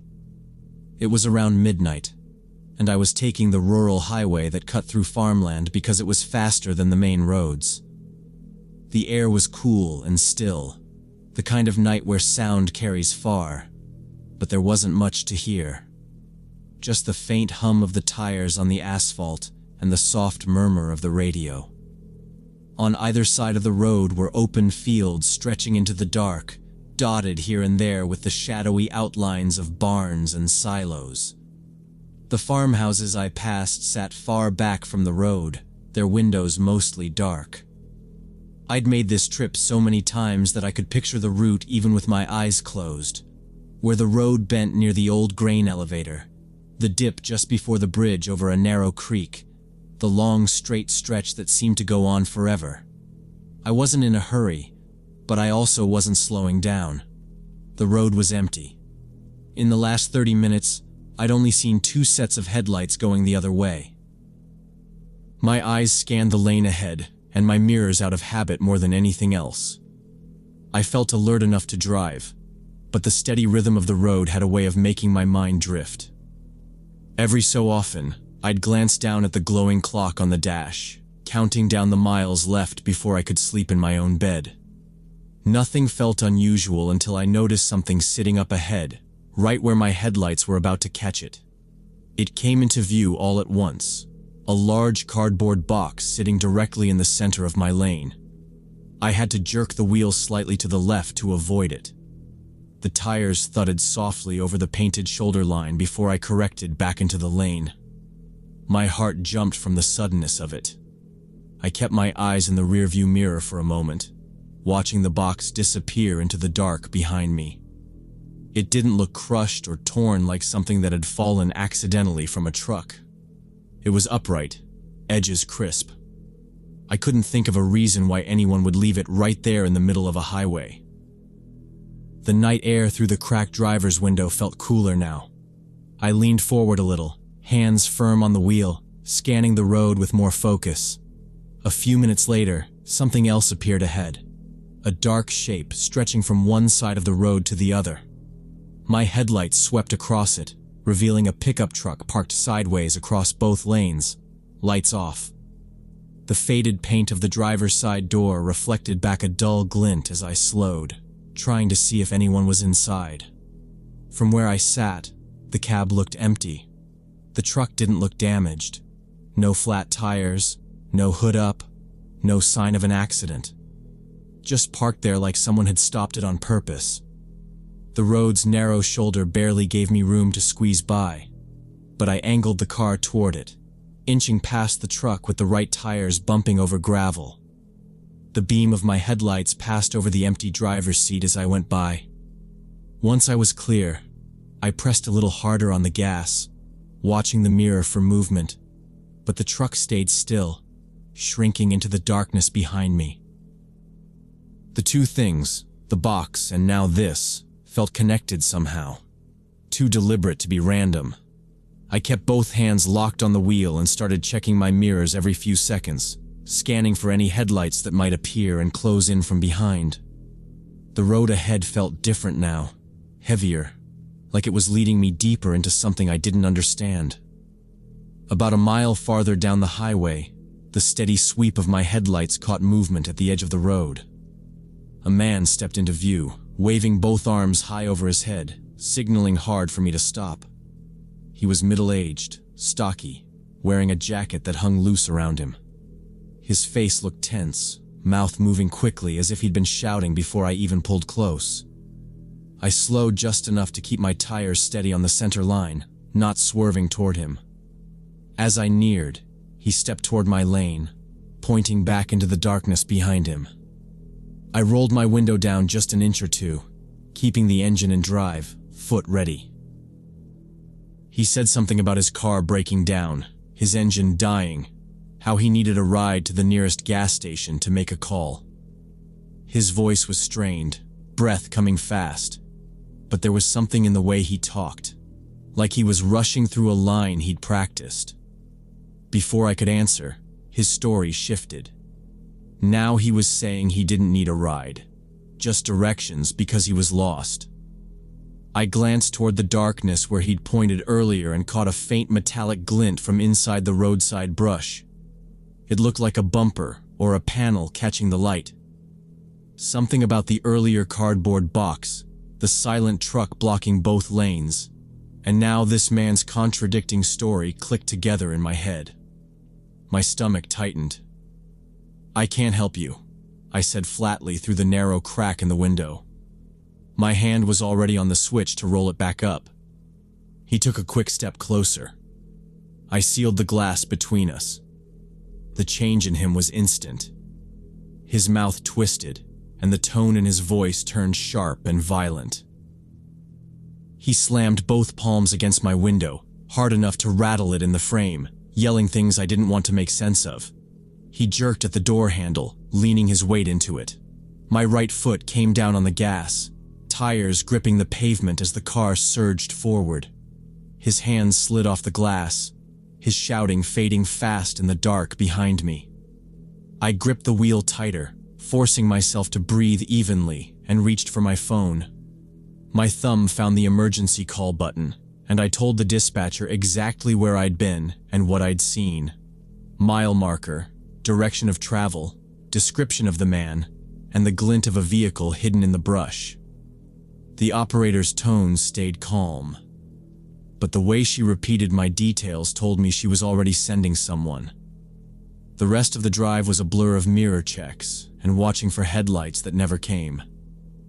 Every set of approaching lights in the distance set my pulse spiking until they passed harmlessly by. When I finally pulled into my driveway, the relief didn't come all at once. It came in jagged breaths and the dull ache in my hands from how tightly I'd been holding the wheel. That night, I lay in bed staring at the ceiling, my mind running the scene over and over, picturing what would have happened if I'd stepped out. 2 days later, a call from the police came through. An investigator asked if I could come down to speak with them in person. At the station, they laid out photos and details that twisted my stomach into knots. Officers who'd responded to my call had found a vehicle pushed back into the brush right near where I'd seen the glint. Inside was the body of another driver, someone who had likely stopped earlier that night to help. The cardboard box I'd swerved around and the abandoned pickup had been staged, bait to make drivers slow down or stop. According to the detectives, the man I'd encountered was part of a small crew that had been preying on lone motorists for months. They would set up on rural stretches, out of sight from traffic, and use the obstacles to funnel cars into stopping points where they could be approached on foot. If a driver refused or tried to get away, things often turned violent. The victim in the hidden car had apparently resisted or tried to flee and hadn't survived the attempt. They told me my call and description had helped them link the scene to other unsolved robberies in the region. The man was still at large, but they believed my refusal to step out of the car was the only reason I wasn't another case file. Driving home from the station, I kept seeing that man's face in my mirrors, the way it shifted from pleading to anger in a heartbeat. I also thought about the other driver, someone who'd probably thought they were doing the right thing. The difference between their night and mine had come down to one decision. Now, when I travel at night, I stick to the main highway, even if it adds half an hour to the trip. I keep my doors locked, my windows up, and my phone within reach. I've learned that sometimes keeping to yourself, even at the cost of seeming cold or unhelpful, is the safest choice you can make. The empty road might feel like a quiet place, but I know better now. It can hide things you don't see until they're right in front of you. And by then, you have only seconds to decide which way you make it home.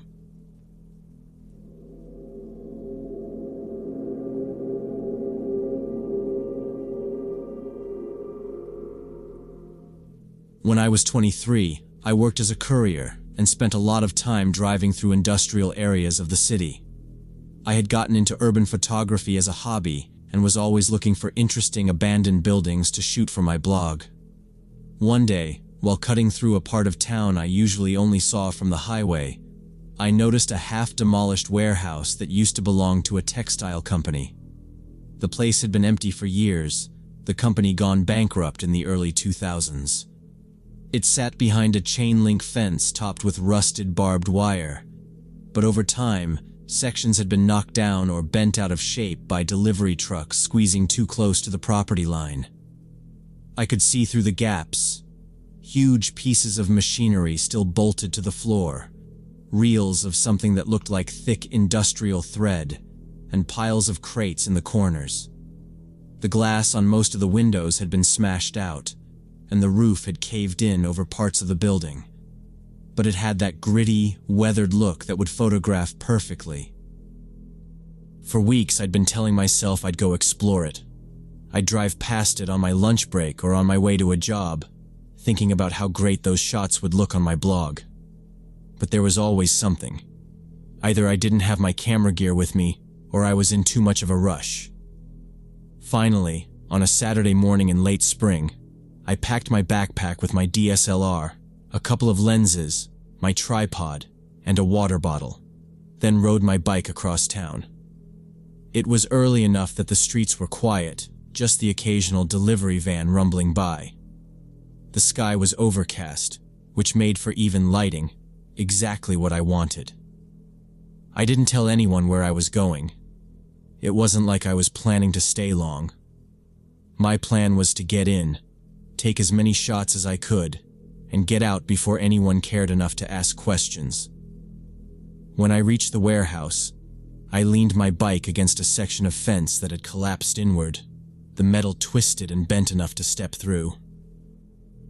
The place was completely silent except for the wind pushing bits of trash across the cracked asphalt. I walked the perimeter first, keeping an eye out for open points of entry. Most of the front doors were either locked or blocked by debris, but on the far side, away from the road, there was a rusted service door hanging half open.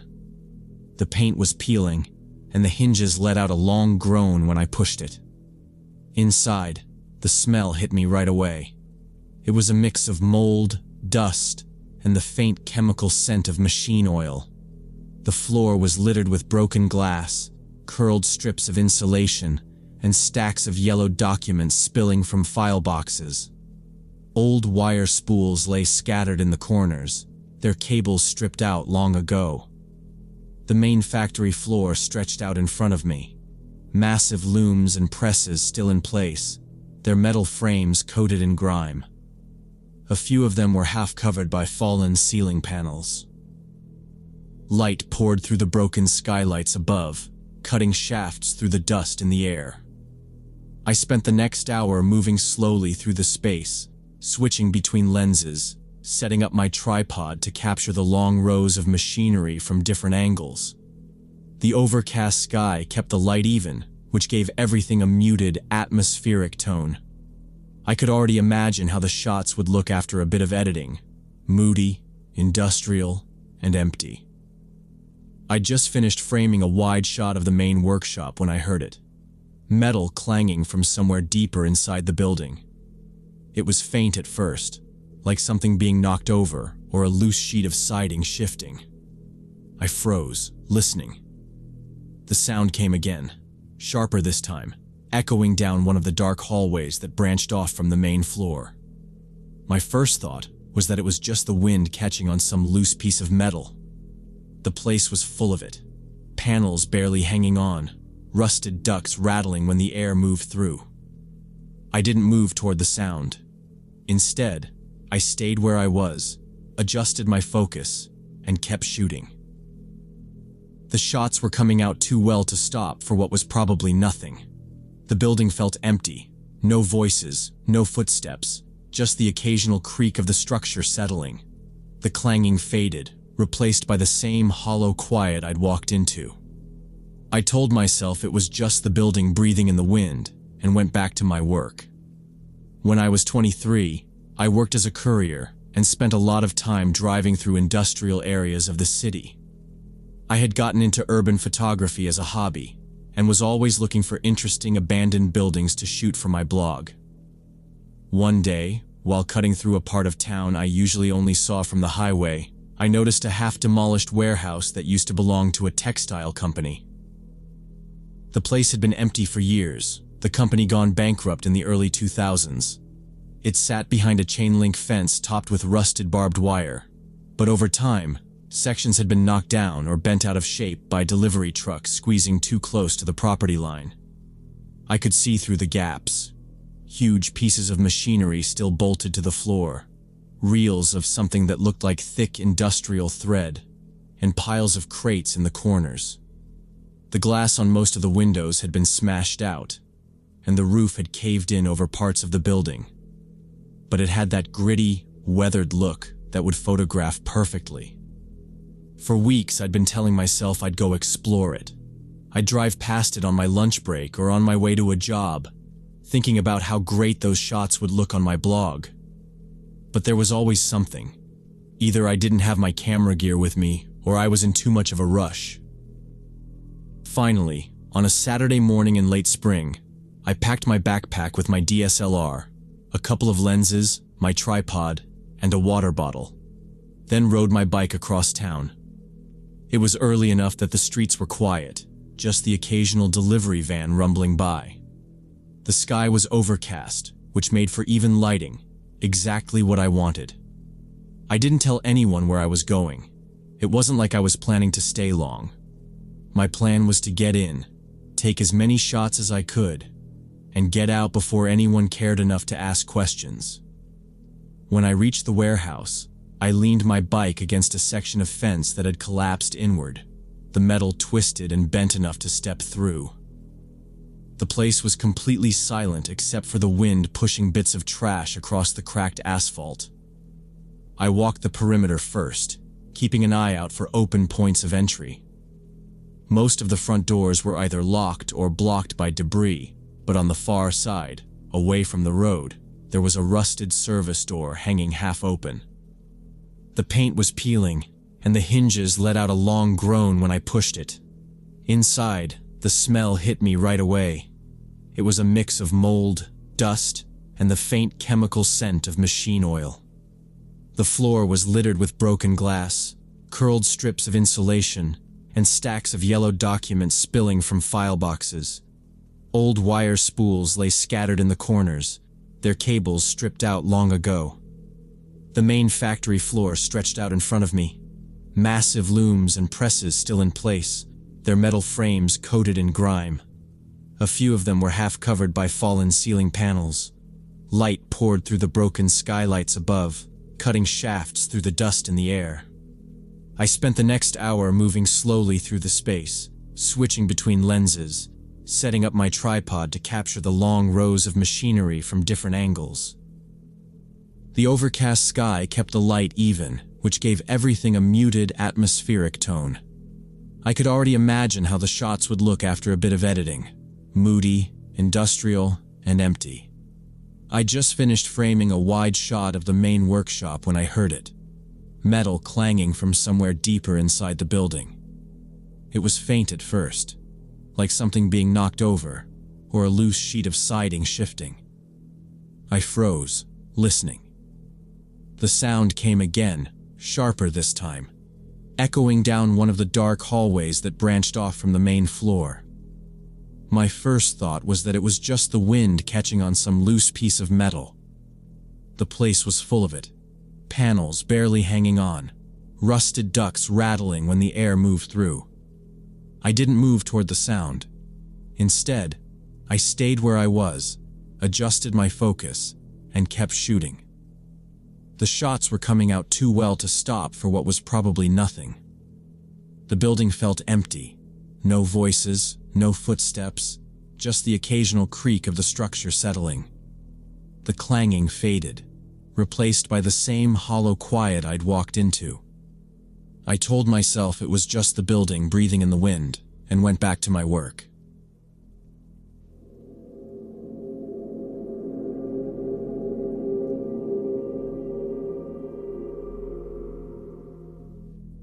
The summer of 2019, Jessica and I had just graduated college and needed jobs, so we both took positions as night desk clerks at a small roadside motel in Nevada.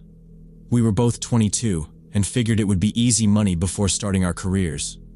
The motel sat about 15 miles from the nearest town and mostly served truckers and the occasional tourist passing through. Most nights were quiet, just a few occupied rooms, and we could study or watch movies between checking in late arrivals. The isolation didn't bother us at first. We worked together, the pay was decent, and the manager seemed friendly enough during training. The other employees were easy to get along with, and it all seemed like the perfect, low-stress summer job. The place was small, 20 rooms in a single row, the office at one end, and a separate laundry facility out back. Nothing about it felt unsafe. At night, the surrounding desert went completely silent except for the occasional hum of a semi passing on the highway. By the end of June, we had the routine down.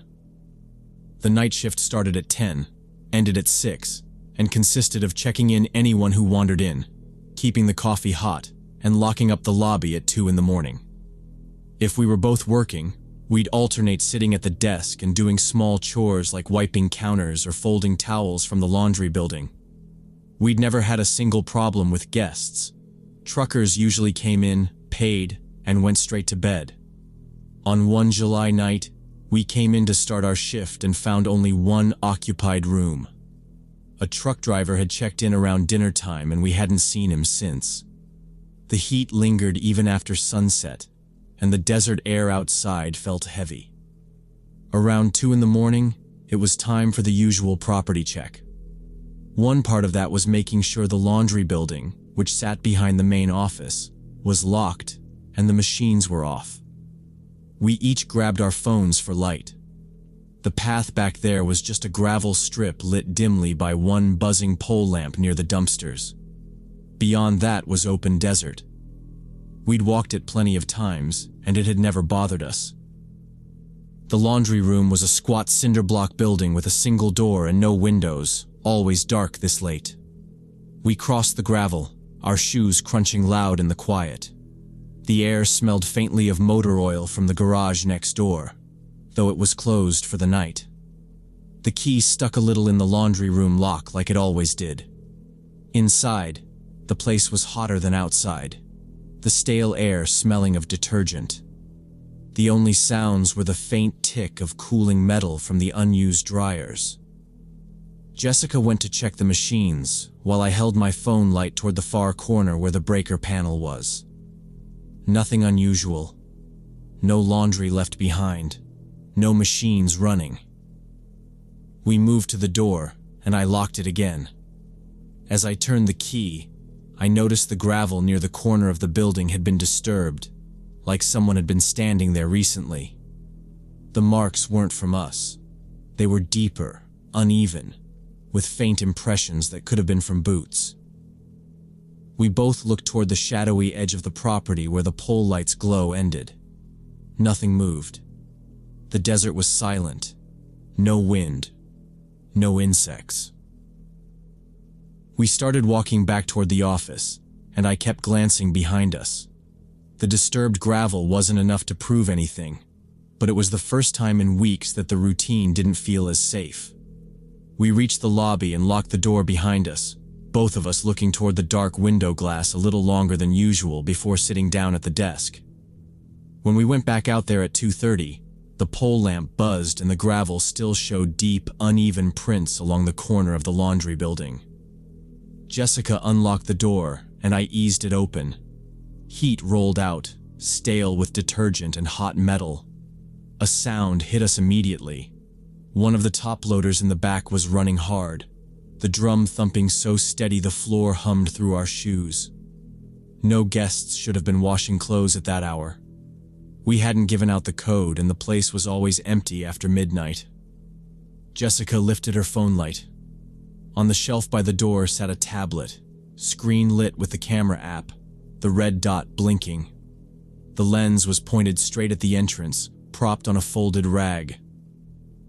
The preview showed us in the doorway, jittering a little from the vibration.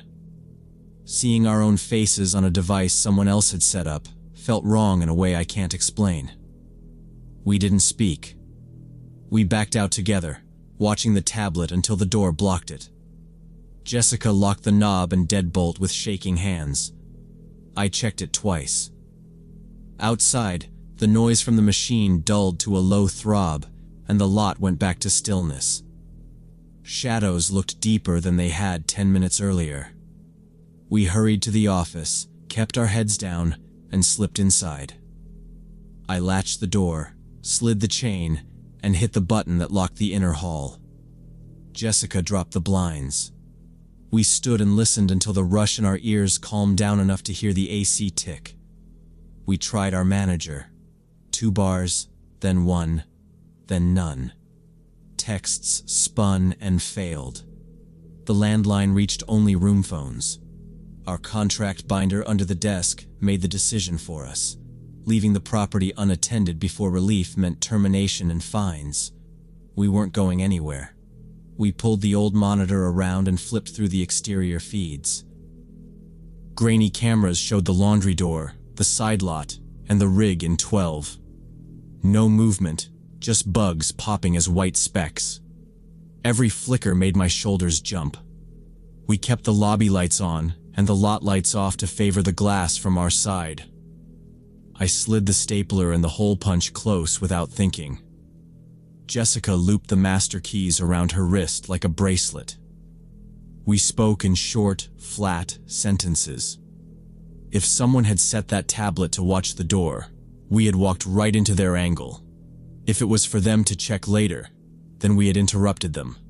Either way, we decided we were not opening any door again until daylight or relief. We took turns walking the 10 steps to the bathroom and announced it out loud, like kids in a dark house. 3 o'clock dragged. A semi moaned on the highway. The AC thumped in the wall sleeve and settled. Around 4, the vibration outside stopped. No more hum through the slab. The laundry camera feed didn't change, just a pale rectangle of concrete and the closed door. We stared until the pixels swam and then forced ourselves to look away. Neither of us slept. We kept checking the windows and flinching at the ice machine knocking in its own pipes. Dawn leaked in as a gray seam and then widened. We waited for full light before we unchained the door. The lot looked plain and ordinary again. Dusty asphalt, one rig, a Coke can rolling lazy in the breeze. Our manager pulled up a little after 6. We met him at the door and told him everything. We walked him to the back. Inside, the laundry room was quiet. The top loader sat with the lid up, drum dry, a faint ring of damp on the enamel. The shelf was bare except for a lint brush and stacked rags. No tablet, no red dot. He checked the breaker, the coin tray, the locks. Nothing disturbed. Outside, the gravel prints we'd noticed looked softened under a skin of wind-blown dust. The pole lamp clicked off, and the scene lost its night shape. Back in the office, he called the day desk to ask about missing equipment. A few minutes later, he said one of the day clerks had left her tablet in the laundry the previous morning while checking the vending machines, realized at lunch, and came in early to retrieve it. She sometimes watched shows while folding linens and kept it on that same shelf. He said he'd tell her not to leave personal items in work areas. The explanation sat there between us, simple and annoying in how simple it was. We asked about the running machine. The log showed room 12 had asked for quarters at 9. The note was in Jessica's handwriting from earlier. The driver must have started a load before bed and set the delay wrong, or a timer re-engaged.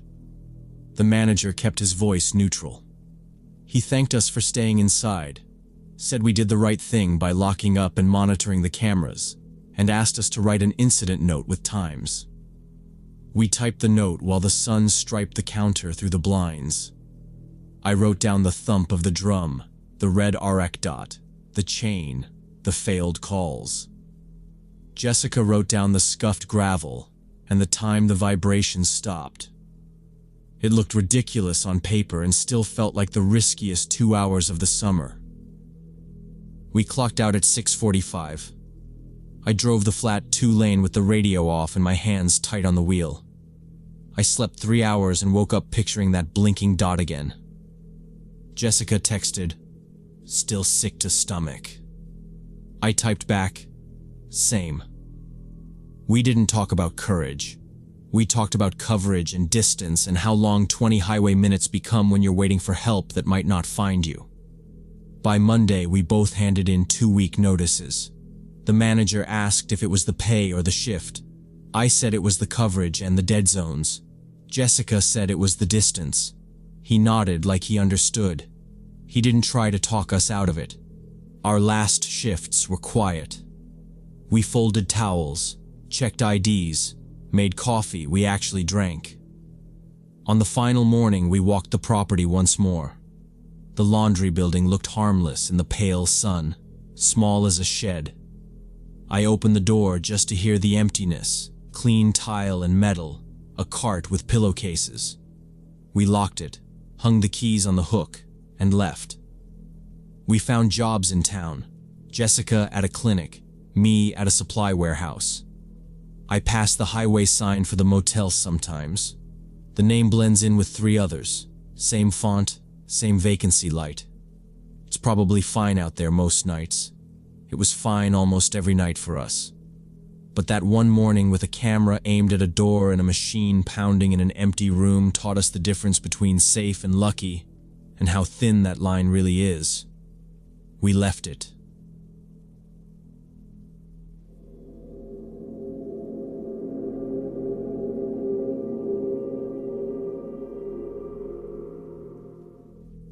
When I was 15, my parents both worked late shifts, so being alone after school was just part of my routine. That spring evening in 2015, the house was quiet, except for the faint hum from the fridge and the scratching sound of my pencil on homework. Around 5, I decided to call my dad. I dialed his number without thinking, but the second it went straight to voicemail, I figured he was busy. Without paying much attention, I left a quick message telling him my brother had gone out with friends and I'd be alone until evening. My voice was casual, like I always talked to him, and I hung up right after. I put the phone face down on the desk and bent back over my math problems. About 20 minutes later, the phone rang. Dad's work number lit up the screen. I answered right away, expecting him to remind me to lock the doors or start dinner. Instead, he sounded confused. He asked what message I was talking about. I said, "The one I left earlier." He said he hadn't gotten any message from me. For a second, I thought maybe his voicemail was just full or glitched. But as I glanced at my call history, my stomach tightened. I saw I had misdialed, not by much, just a couple of digits off, but enough that it had gone to a completely different number. I told him quickly, "Guess I called the wrong person," trying to laugh it off. He didn't think much of it, but after we hung up, I kept staring at that number in my log. A stranger now knew my name, knew my brother wasn't home, and knew I'd be alone for hours. I tried brushing it off as nothing, but the thought stuck in the back of my mind while I finished my homework. A small part of me hoped whoever it was wouldn't even bother listening to the voicemail. People deleted wrong numbers all the time, right? 15 minutes later, my phone rang again. An unknown number this time. I hesitated, thumb hovering over the screen before answering. A man's voice came through, slow and deliberate, each word spaced out in a way that felt unnatural. He said he'd gotten my message. Then he asked, "Are you really alone at home?" The way he asked it wasn't friendly. It wasn't even curious. There was something in the tone, low, steady, almost like he was testing my answer, that made the back of my neck prickle. My mind flashed back to the message I'd left, every detail I'd given him. I forced a quick, flat reply. "Wrong number," and hung up before he could say anything else. My pulse was thudding harder than I wanted to admit. I set the phone down and went straight to the front door, testing the deadbolt even though I'd locked it earlier. Then I checked the back door, sliding the bolt in place and pulling the curtain shut over the glass. I walked from room to room, making sure every window was latched. The house felt different now, quieter but heavier, like I was listening for something I couldn't quite name. When I got back to my desk, I kept the phone right beside me, screen lit, waiting. I didn't know if he would call again, but I couldn't stop glancing at the time and listening for any sound outside. I tried to turn my attention back to my homework, but every creak of the house made me look up. My pencil hovered uselessly over the page while my eyes kept drifting toward the nearest window. Outside, the light was fading, and the glass reflected my own nervous expression. I picked up my phone and called my mom at work. She answered in a whisper, saying she was in a meeting. I quickly told her what had happened, about the wrong number, the man's call, the strange question. But she didn't seem alarmed. She just told me to keep the doors locked and that Dad would be home in a couple hours. Then she hung up. I set the phone down and turned on the TV for background noise. I flipped through channels, barely registering what was on, just trying to make the house feel less empty. I told myself I was overreacting. People called wrong numbers all the time. The man probably thought I was someone else and got curious. But the memory of his slow, deliberate voice wouldn't leave my mind. A sudden slam outside made me flinch. It was sharp and close, like a car door shutting in the driveway. I grabbed my phone and moved to the front window, pulling the curtain just enough to see out. An unfamiliar dark sedan sat in our driveway, engine off. My chest tightened as a tall, middle-aged man stepped out and started walking toward our front door. The doorbell rang 3 times in quick, harsh bursts. I froze in place. When I didn't answer, the ringing stopped, but then came the pounding, hard, insistent fists against the door that echoed through the house. I sank to the floor, staying low so I wouldn't be seen through the glass panels. My breathing was loud in my own ears, and I pressed a hand over my mouth. The pounding stopped, but I heard the rattle of the handle as he tried it several times. The sound of metal and latch sent a jolt of fear straight through me. Then, silence. A moment later, I caught movement through the corner of my eye. He was at the side of the house now. From the kitchen, I watched him through the window as he cupped his hands around his face, trying to peer inside. His head moved slowly, scanning the room, and then he moved to another window, then another. He tested the glass on one before stepping back toward the front yard. I crawled toward the living room, peeking just enough to see him return to the front door. He tried the handle one more time, standing there for several seconds before turning and walking back to his car. The engine started, and the sedan backed out of the driveway, disappearing down the street without hesitation. I stayed on the floor for a long moment after he was gone, listening for any sound that might mean he had come back. When my hands stopped shaking enough, I called my mom first. She didn't answer right away, so I called my dad.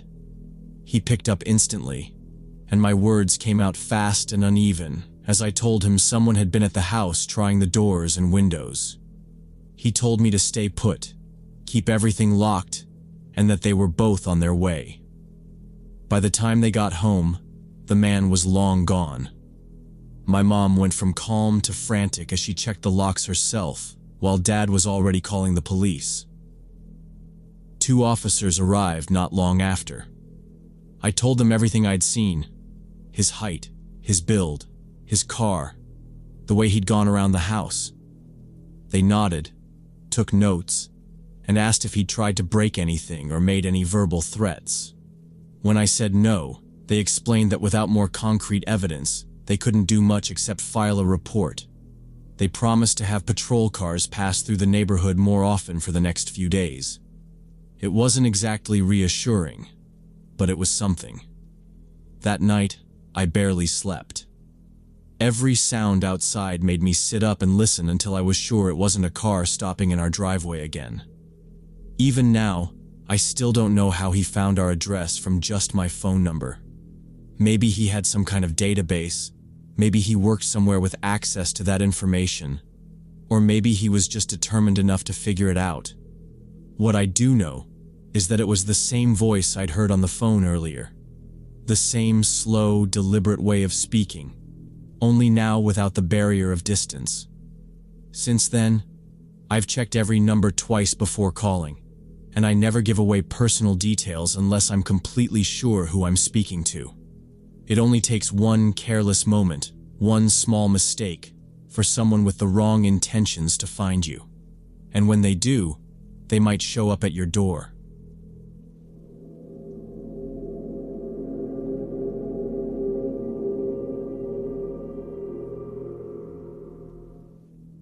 When I was 17, I used to walk past St. Mary's Historic Cemetery every day after baseball practice to get to the bus stop. It was the fastest route home, and I didn't mind it the way some of the other guys on the team did. The place went back to the 1800s, and while it was a little run down in spots, I thought the stonework and old mausoleums were interesting. Most days I'd glance at the names as I passed, sometimes noticing the same ones I'd seen on street signs around town. By late November, the days were already short, and practice meant I was usually walking by just as it was getting dark. The sidewalks there weren't busy at that hour. Sometimes I wouldn't see another person from the school all the way to the bus. The cemetery had a tall black iron fence around it and a wide gate with a latch that was supposed to be locked at sunset. But almost every week I'd see it standing a few inches open. It wasn't like I was trying to go in, but I noticed it enough that it stuck in my head. Sometimes there'd be a single wreath leaning against the gate, or flowers in one of the bins near the front, but most of the time, it was just quiet. The street running alongside it was lined with dim, orange street lamps, the kind that made everything look older. That Tuesday, practice had run a little late because the coach kept us for extra drills, so it was already more than half dark when I started down that stretch of sidewalk toward the bus stop. The air was cold enough that I could see my breath. I had my bag slung over one shoulder and my cap tucked in my jacket pocket, not really thinking about much until I heard something. It was faint at first, muffled enough that I wasn't sure I'd heard it right, but it sounded like a voice. I slowed down and listened. There it was again. Someone calling out. Short bursts between pauses, like they were trying to get someone's attention. I stopped near the gate and tilted my head toward the dark rows of headstones. The voice came again, and this time I could make out words. Help. Please. It was hard to tell exactly where it was coming from, but it was definitely inside the cemetery. I turned toward the gate and saw movement between the stones, maybe 30 or 40 yards in. A shadow shifting against the pale gray markers, just long enough to make me think someone was there. My first thought wasn't anything creepy. I figured maybe somebody had fallen, or an older person had gotten stuck trying to cut through before they locked the gate. The place wasn't in perfect shape, and I could imagine a twisted ankle on the uneven ground. The street was empty both ways. I looked back toward the school, but there was no one coming. My bus wouldn't be there for another 15 minutes. I hesitated for a second, then figured I should at least check before I just walked on. I stepped up to the gate, pushed it open, and it creaked softly as it swung wider. Gravel crunched under my sneakers as I went through. Inside, the light dropped even more. The trees lining the main path were bare, their branches crossing overhead, and the wind rattled a few dead leaves along the ground. The sound of my steps seemed loud compared to the quiet. I glanced back once at the street lamp glow outside the fence, then started toward where I'd seen the movement. The voice came again, low, strained, but still calling for help. As I moved further down the gravel path, the voice had stopped, replaced by a dull thud somewhere ahead. Then I saw it.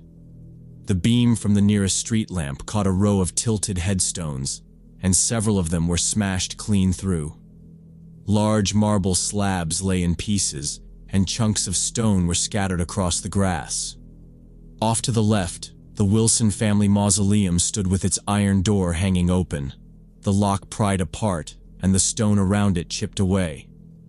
I slowed, taking in the mess. These weren't accidents from age or weather. This was deliberate. The sound I'd mistaken for someone in trouble had just been people messing around, hitting and breaking things. A sharp clatter echoed from inside the mausoleum, and 3 figures in dark hoodies came into view, stepping back out into the cold air. For a split second, they froze when they saw me. One of them hissed something I couldn't make out, and then they bolted, sprinting down a narrow side path toward the back of the cemetery. I stood there, my fists tightening, the anger boiling up. These weren't just names carved in stone. They were pieces of the town's history, gone forever once they were destroyed. Without thinking much more about it, I pulled my phone from my jacket pocket and hit 911. I gave the dispatcher my location, told them about the damage, and described the 3 people I'd just seen. The operator told me to stay put until officers arrived. I kept my eyes on the path they'd taken, but in the dark, I couldn't see them anymore. The patrol car's headlights swept across the gate less than 10 minutes later. 2 officers got out, their breath showing in the cold, and I waved them over to the broken headstones.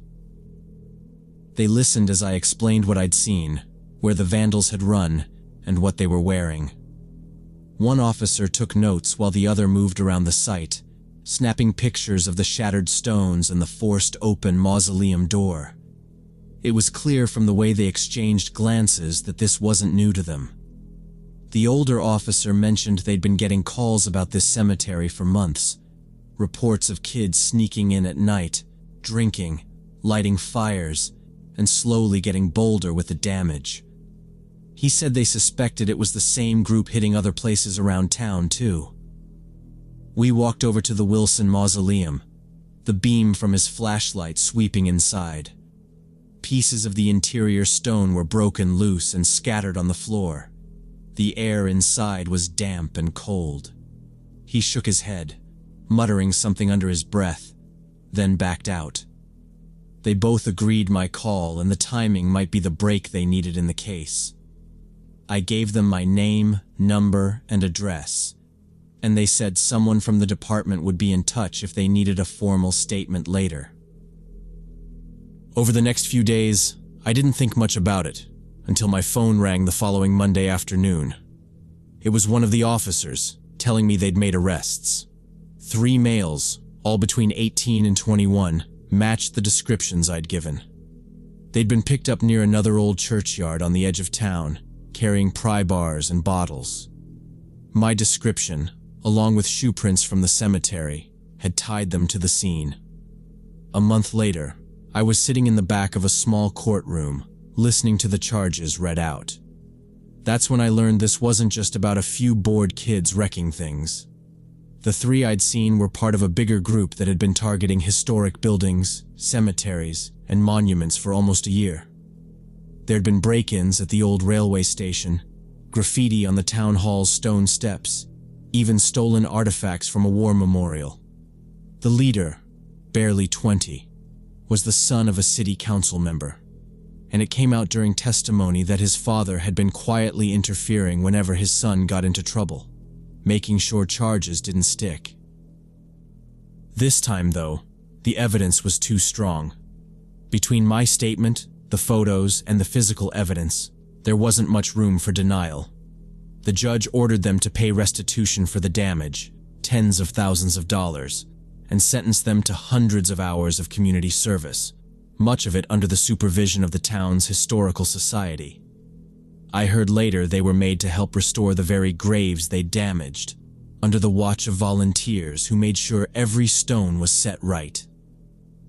Walking past St. Mary's in the weeks after, I saw scaffolding around some of the repaired headstones and fresh flowers at the base of the Wilson Mausoleum. The gate was kept locked now, with a heavier chain and a new latch. The sight made me feel a mix of relief and unease.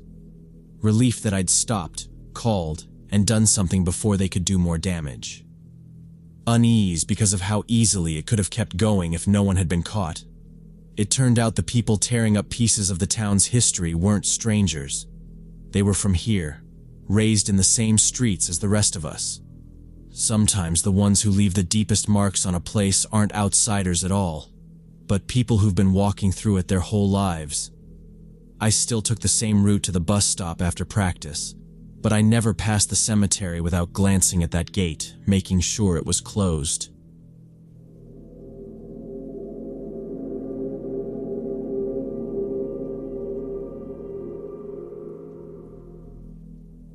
When I was 18 and just starting freshman year, I was trying hard to impress my new roommate, Katarina, an exchange student from Germany. She'd keep talking about how tame American college life was compared to what she'd heard, so I wanted to show her we could be adventurous. My friends Ryan and Alex suggested Oakwood Cemetery, this abandoned graveyard about 20 minutes from campus that people said was haunted. We grabbed some beers and drove out on a Friday night, planning to walk around in the dark and maybe tell some ghost stories. I figured it would be a fun way to bond and finally get her to think we weren't boring. The place was definitely creepy. The headstones were old and weathered, the lettering fading into moss and cracks. Weeds and tall grass had grown up so much they hid some of the graves completely. The air was damp, smelling like wet dirt and dead leaves. Our flashlight beams caught spider webs stretched between leaning stone crosses. At first, though, everything was calm. We were just wandering, taking pictures, cracking jokes about how we should be watching for skeleton hands reaching out of the ground. Katerina seemed genuinely into it, smiling and glancing around like she was impressed we'd brought her somewhere that actually felt eerie. We'd been walking maybe 20 minutes when the atmosphere shifted. The sound was faint at first, just a rustle you could write off as wind through the trees. But it kept repeating, moving, like footsteps pacing somewhere deeper in the cemetery. Then came the voices, low, muffled talking, too far away to make out words but close enough that it wasn't our imagination. We all stopped at the same time, looking in the direction it came from. That's when I saw the first beam of light sweep between the tree trunks. Not ours, someone else's. It was narrow and bright, cutting across the darkness in short bursts, like whoever had it was scanning around. Then another beam appeared, moving separately from the first. Both were coming from the far side of the grounds, just beyond where the rows of headstones gave way to thicker woods. I felt my grip tighten on the flashlight. Ryan muttered something under his breath. We weren't alone out there. We didn't stop to debate. The voices were closer now, carrying over the grass in quick bursts, laughter with an edge. It sounded like people planning something, not having fun. Ryan leaned in and said we needed to get back to the car. We turned toward the gap in the iron fence and took the same path we'd used coming in. Loose pebbles slid under our shoes. Roots pushed up through cracked asphalt. I kept my light low and tried not to crunch the gravel. Alex kept glancing back, his beam swinging over tilted stones and rusted chain. Katerina stayed on my left. I told her we were going straight to the car and not to look back. The voices kept pace with us, clearer with each bend. We passed chipped angels and a family plot with a knee-high iron rail. Weeds hissed against our jeans. Somewhere right of us, a can clinked and rolled. We sped up without running. A second later, behind us, someone shouted. Then, "Hey, where you going?" A flashlight beam sliced between trunks, and then another swung out wide. The light steadied on us. Ryan said, "Go," and we ran. Katerina asked what was happening. I told her to keep moving toward the car. The main lane opened in front of us. The black entrance sign in the road beyond showed as a pale strip. Behind, shoes hit gravel hard. I heard, "Don't let him get to the lot." Then one of the beams burned across our backs and threw our shadows out long. The pull-off beside the road was empty except for Ryan's Civic under a leaning oak. He had the driver door open by the time we reached it. We piled in fast, Katerina into the back behind me, Alex slamming the passenger door. Ryan turned the key. Nothing. He tried again. Still dead. No dash lights. No click. "Try again," I said. He did. Silence. Alex swore, popped his door, and yanked the hood release. He lifted to the safety latch. Footsteps broke from gravel to pavement at the gate. Voices carried, "They're at the car." The beams bobbed through the fence slats and spilled onto the shoulder. Alex propped the hood. I brought my light in close. Even I could see it was wrong. A bundle near the battery hung loose, ends frayed. A connector dangled free. A plastic clip was snapped off. Alex looked at me. He didn't have to say it, but he did. This was on purpose. He tried to press a cable home. It wouldn't hold. Ryan kept turning the key. Katerina crouched low in the back, watching the fence through the side glass. I could hear her steady breaths. Then a white beam washed across the hood and into my eyes. I looked away, spots burning. Someone laughed, calm, like we were a show. A flat voice told us we shouldn't trespass there. Another voice talked about tolls. No one tried a door handle. They just circled us with light and waited. Headlights appeared on the road. All the beams shifted. An older pickup rounded the bend, yellow halogens cutting through the trees, and eased to the shoulder behind us. The driver's door creaked. A man in a work jacket got out and looked at us first, not at the fence. His voice carried. He asked if we needed help. A woman slid out on the passenger side and stood by their truck with a phone in her hand. The man walked up, set his palm on our hood like he'd done it 1,000 times, and raised it. He angled his shoulders so his back faced the cemetery. He didn't pretend the lights weren't there. He just ignored them. One glance at the loose wiring and snapped plastic and he said, quiet, that it wasn't a breakdown. He closed the hood with care and told us to grab what we needed and come to the truck. The beams twitched. Someone at the fence said we were fine where we were. Nobody in the pickup replied. The woman told us they could take us back to campus. We moved fast. Phones, backpacks, the bag of beer we never opened. Katerina stayed close, her steps short and straight. Alex locked the Civic and put the keys in his pocket. We walked to the pickup in a line. The woman slid over and told us to buckle. The cab smelled like motor oil and old coffee. We crowded onto the bench. The man took a last look at the fence, climbed in, and shut his door. He pulled away slow, tires on grit, then humming on asphalt. In the mirror, the beams merged into a pale smear and didn't follow. Maybe the game only worked if you were stuck. We didn't talk. At campus, he idled by the security office and told us to go inside and make a report.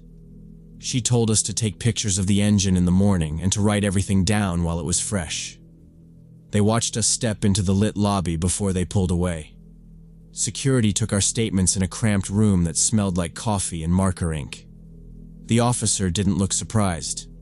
Oakwood had been a problem for years, he said.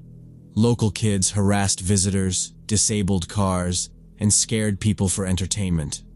The county patrolled when they could, but it was a big area with too many ways in and out.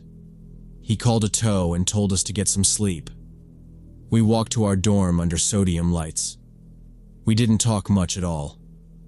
Katerina kept her hands in her jacket pockets and walked at a steady pace. The tow brought the Civic in the next morning. In the student center lot, Ryan lifted the hood and took photos. A campus cop stopped by, wrote the incident number on a form, and said this kind of thing happened. He said groups out there cut wires, pull fuses, flatten tires, and wait. He handed Ryan a contact for the county deputy. A shop in town repaired the connector and replaced a section of harness. It wasn't cheap. Our parents called. There wasn't much yelling. We told the facts and left out the parts that would only make it worse. Nobody said "I told you so," but we heard it anyway. We changed small things. The next Friday we stayed in. The beers from the cemetery sat in my mini fridge until midterms. I started parking under lights where cameras could see. Katerina posted one photo from that night, a blurry path and the wing of a stone angel. No caption. People asked if Oakwood was really haunted. I didn't answer. I learned the reputation wasn't about stories. The cemetery had no ghosts. It had people who decided it belonged to them after dark and that anyone else was a prop. The headstones were only a set. The real danger was a hand inside a hood pulling a wire, a quiet laugh by a fence, and the patience to wait and see what you did next.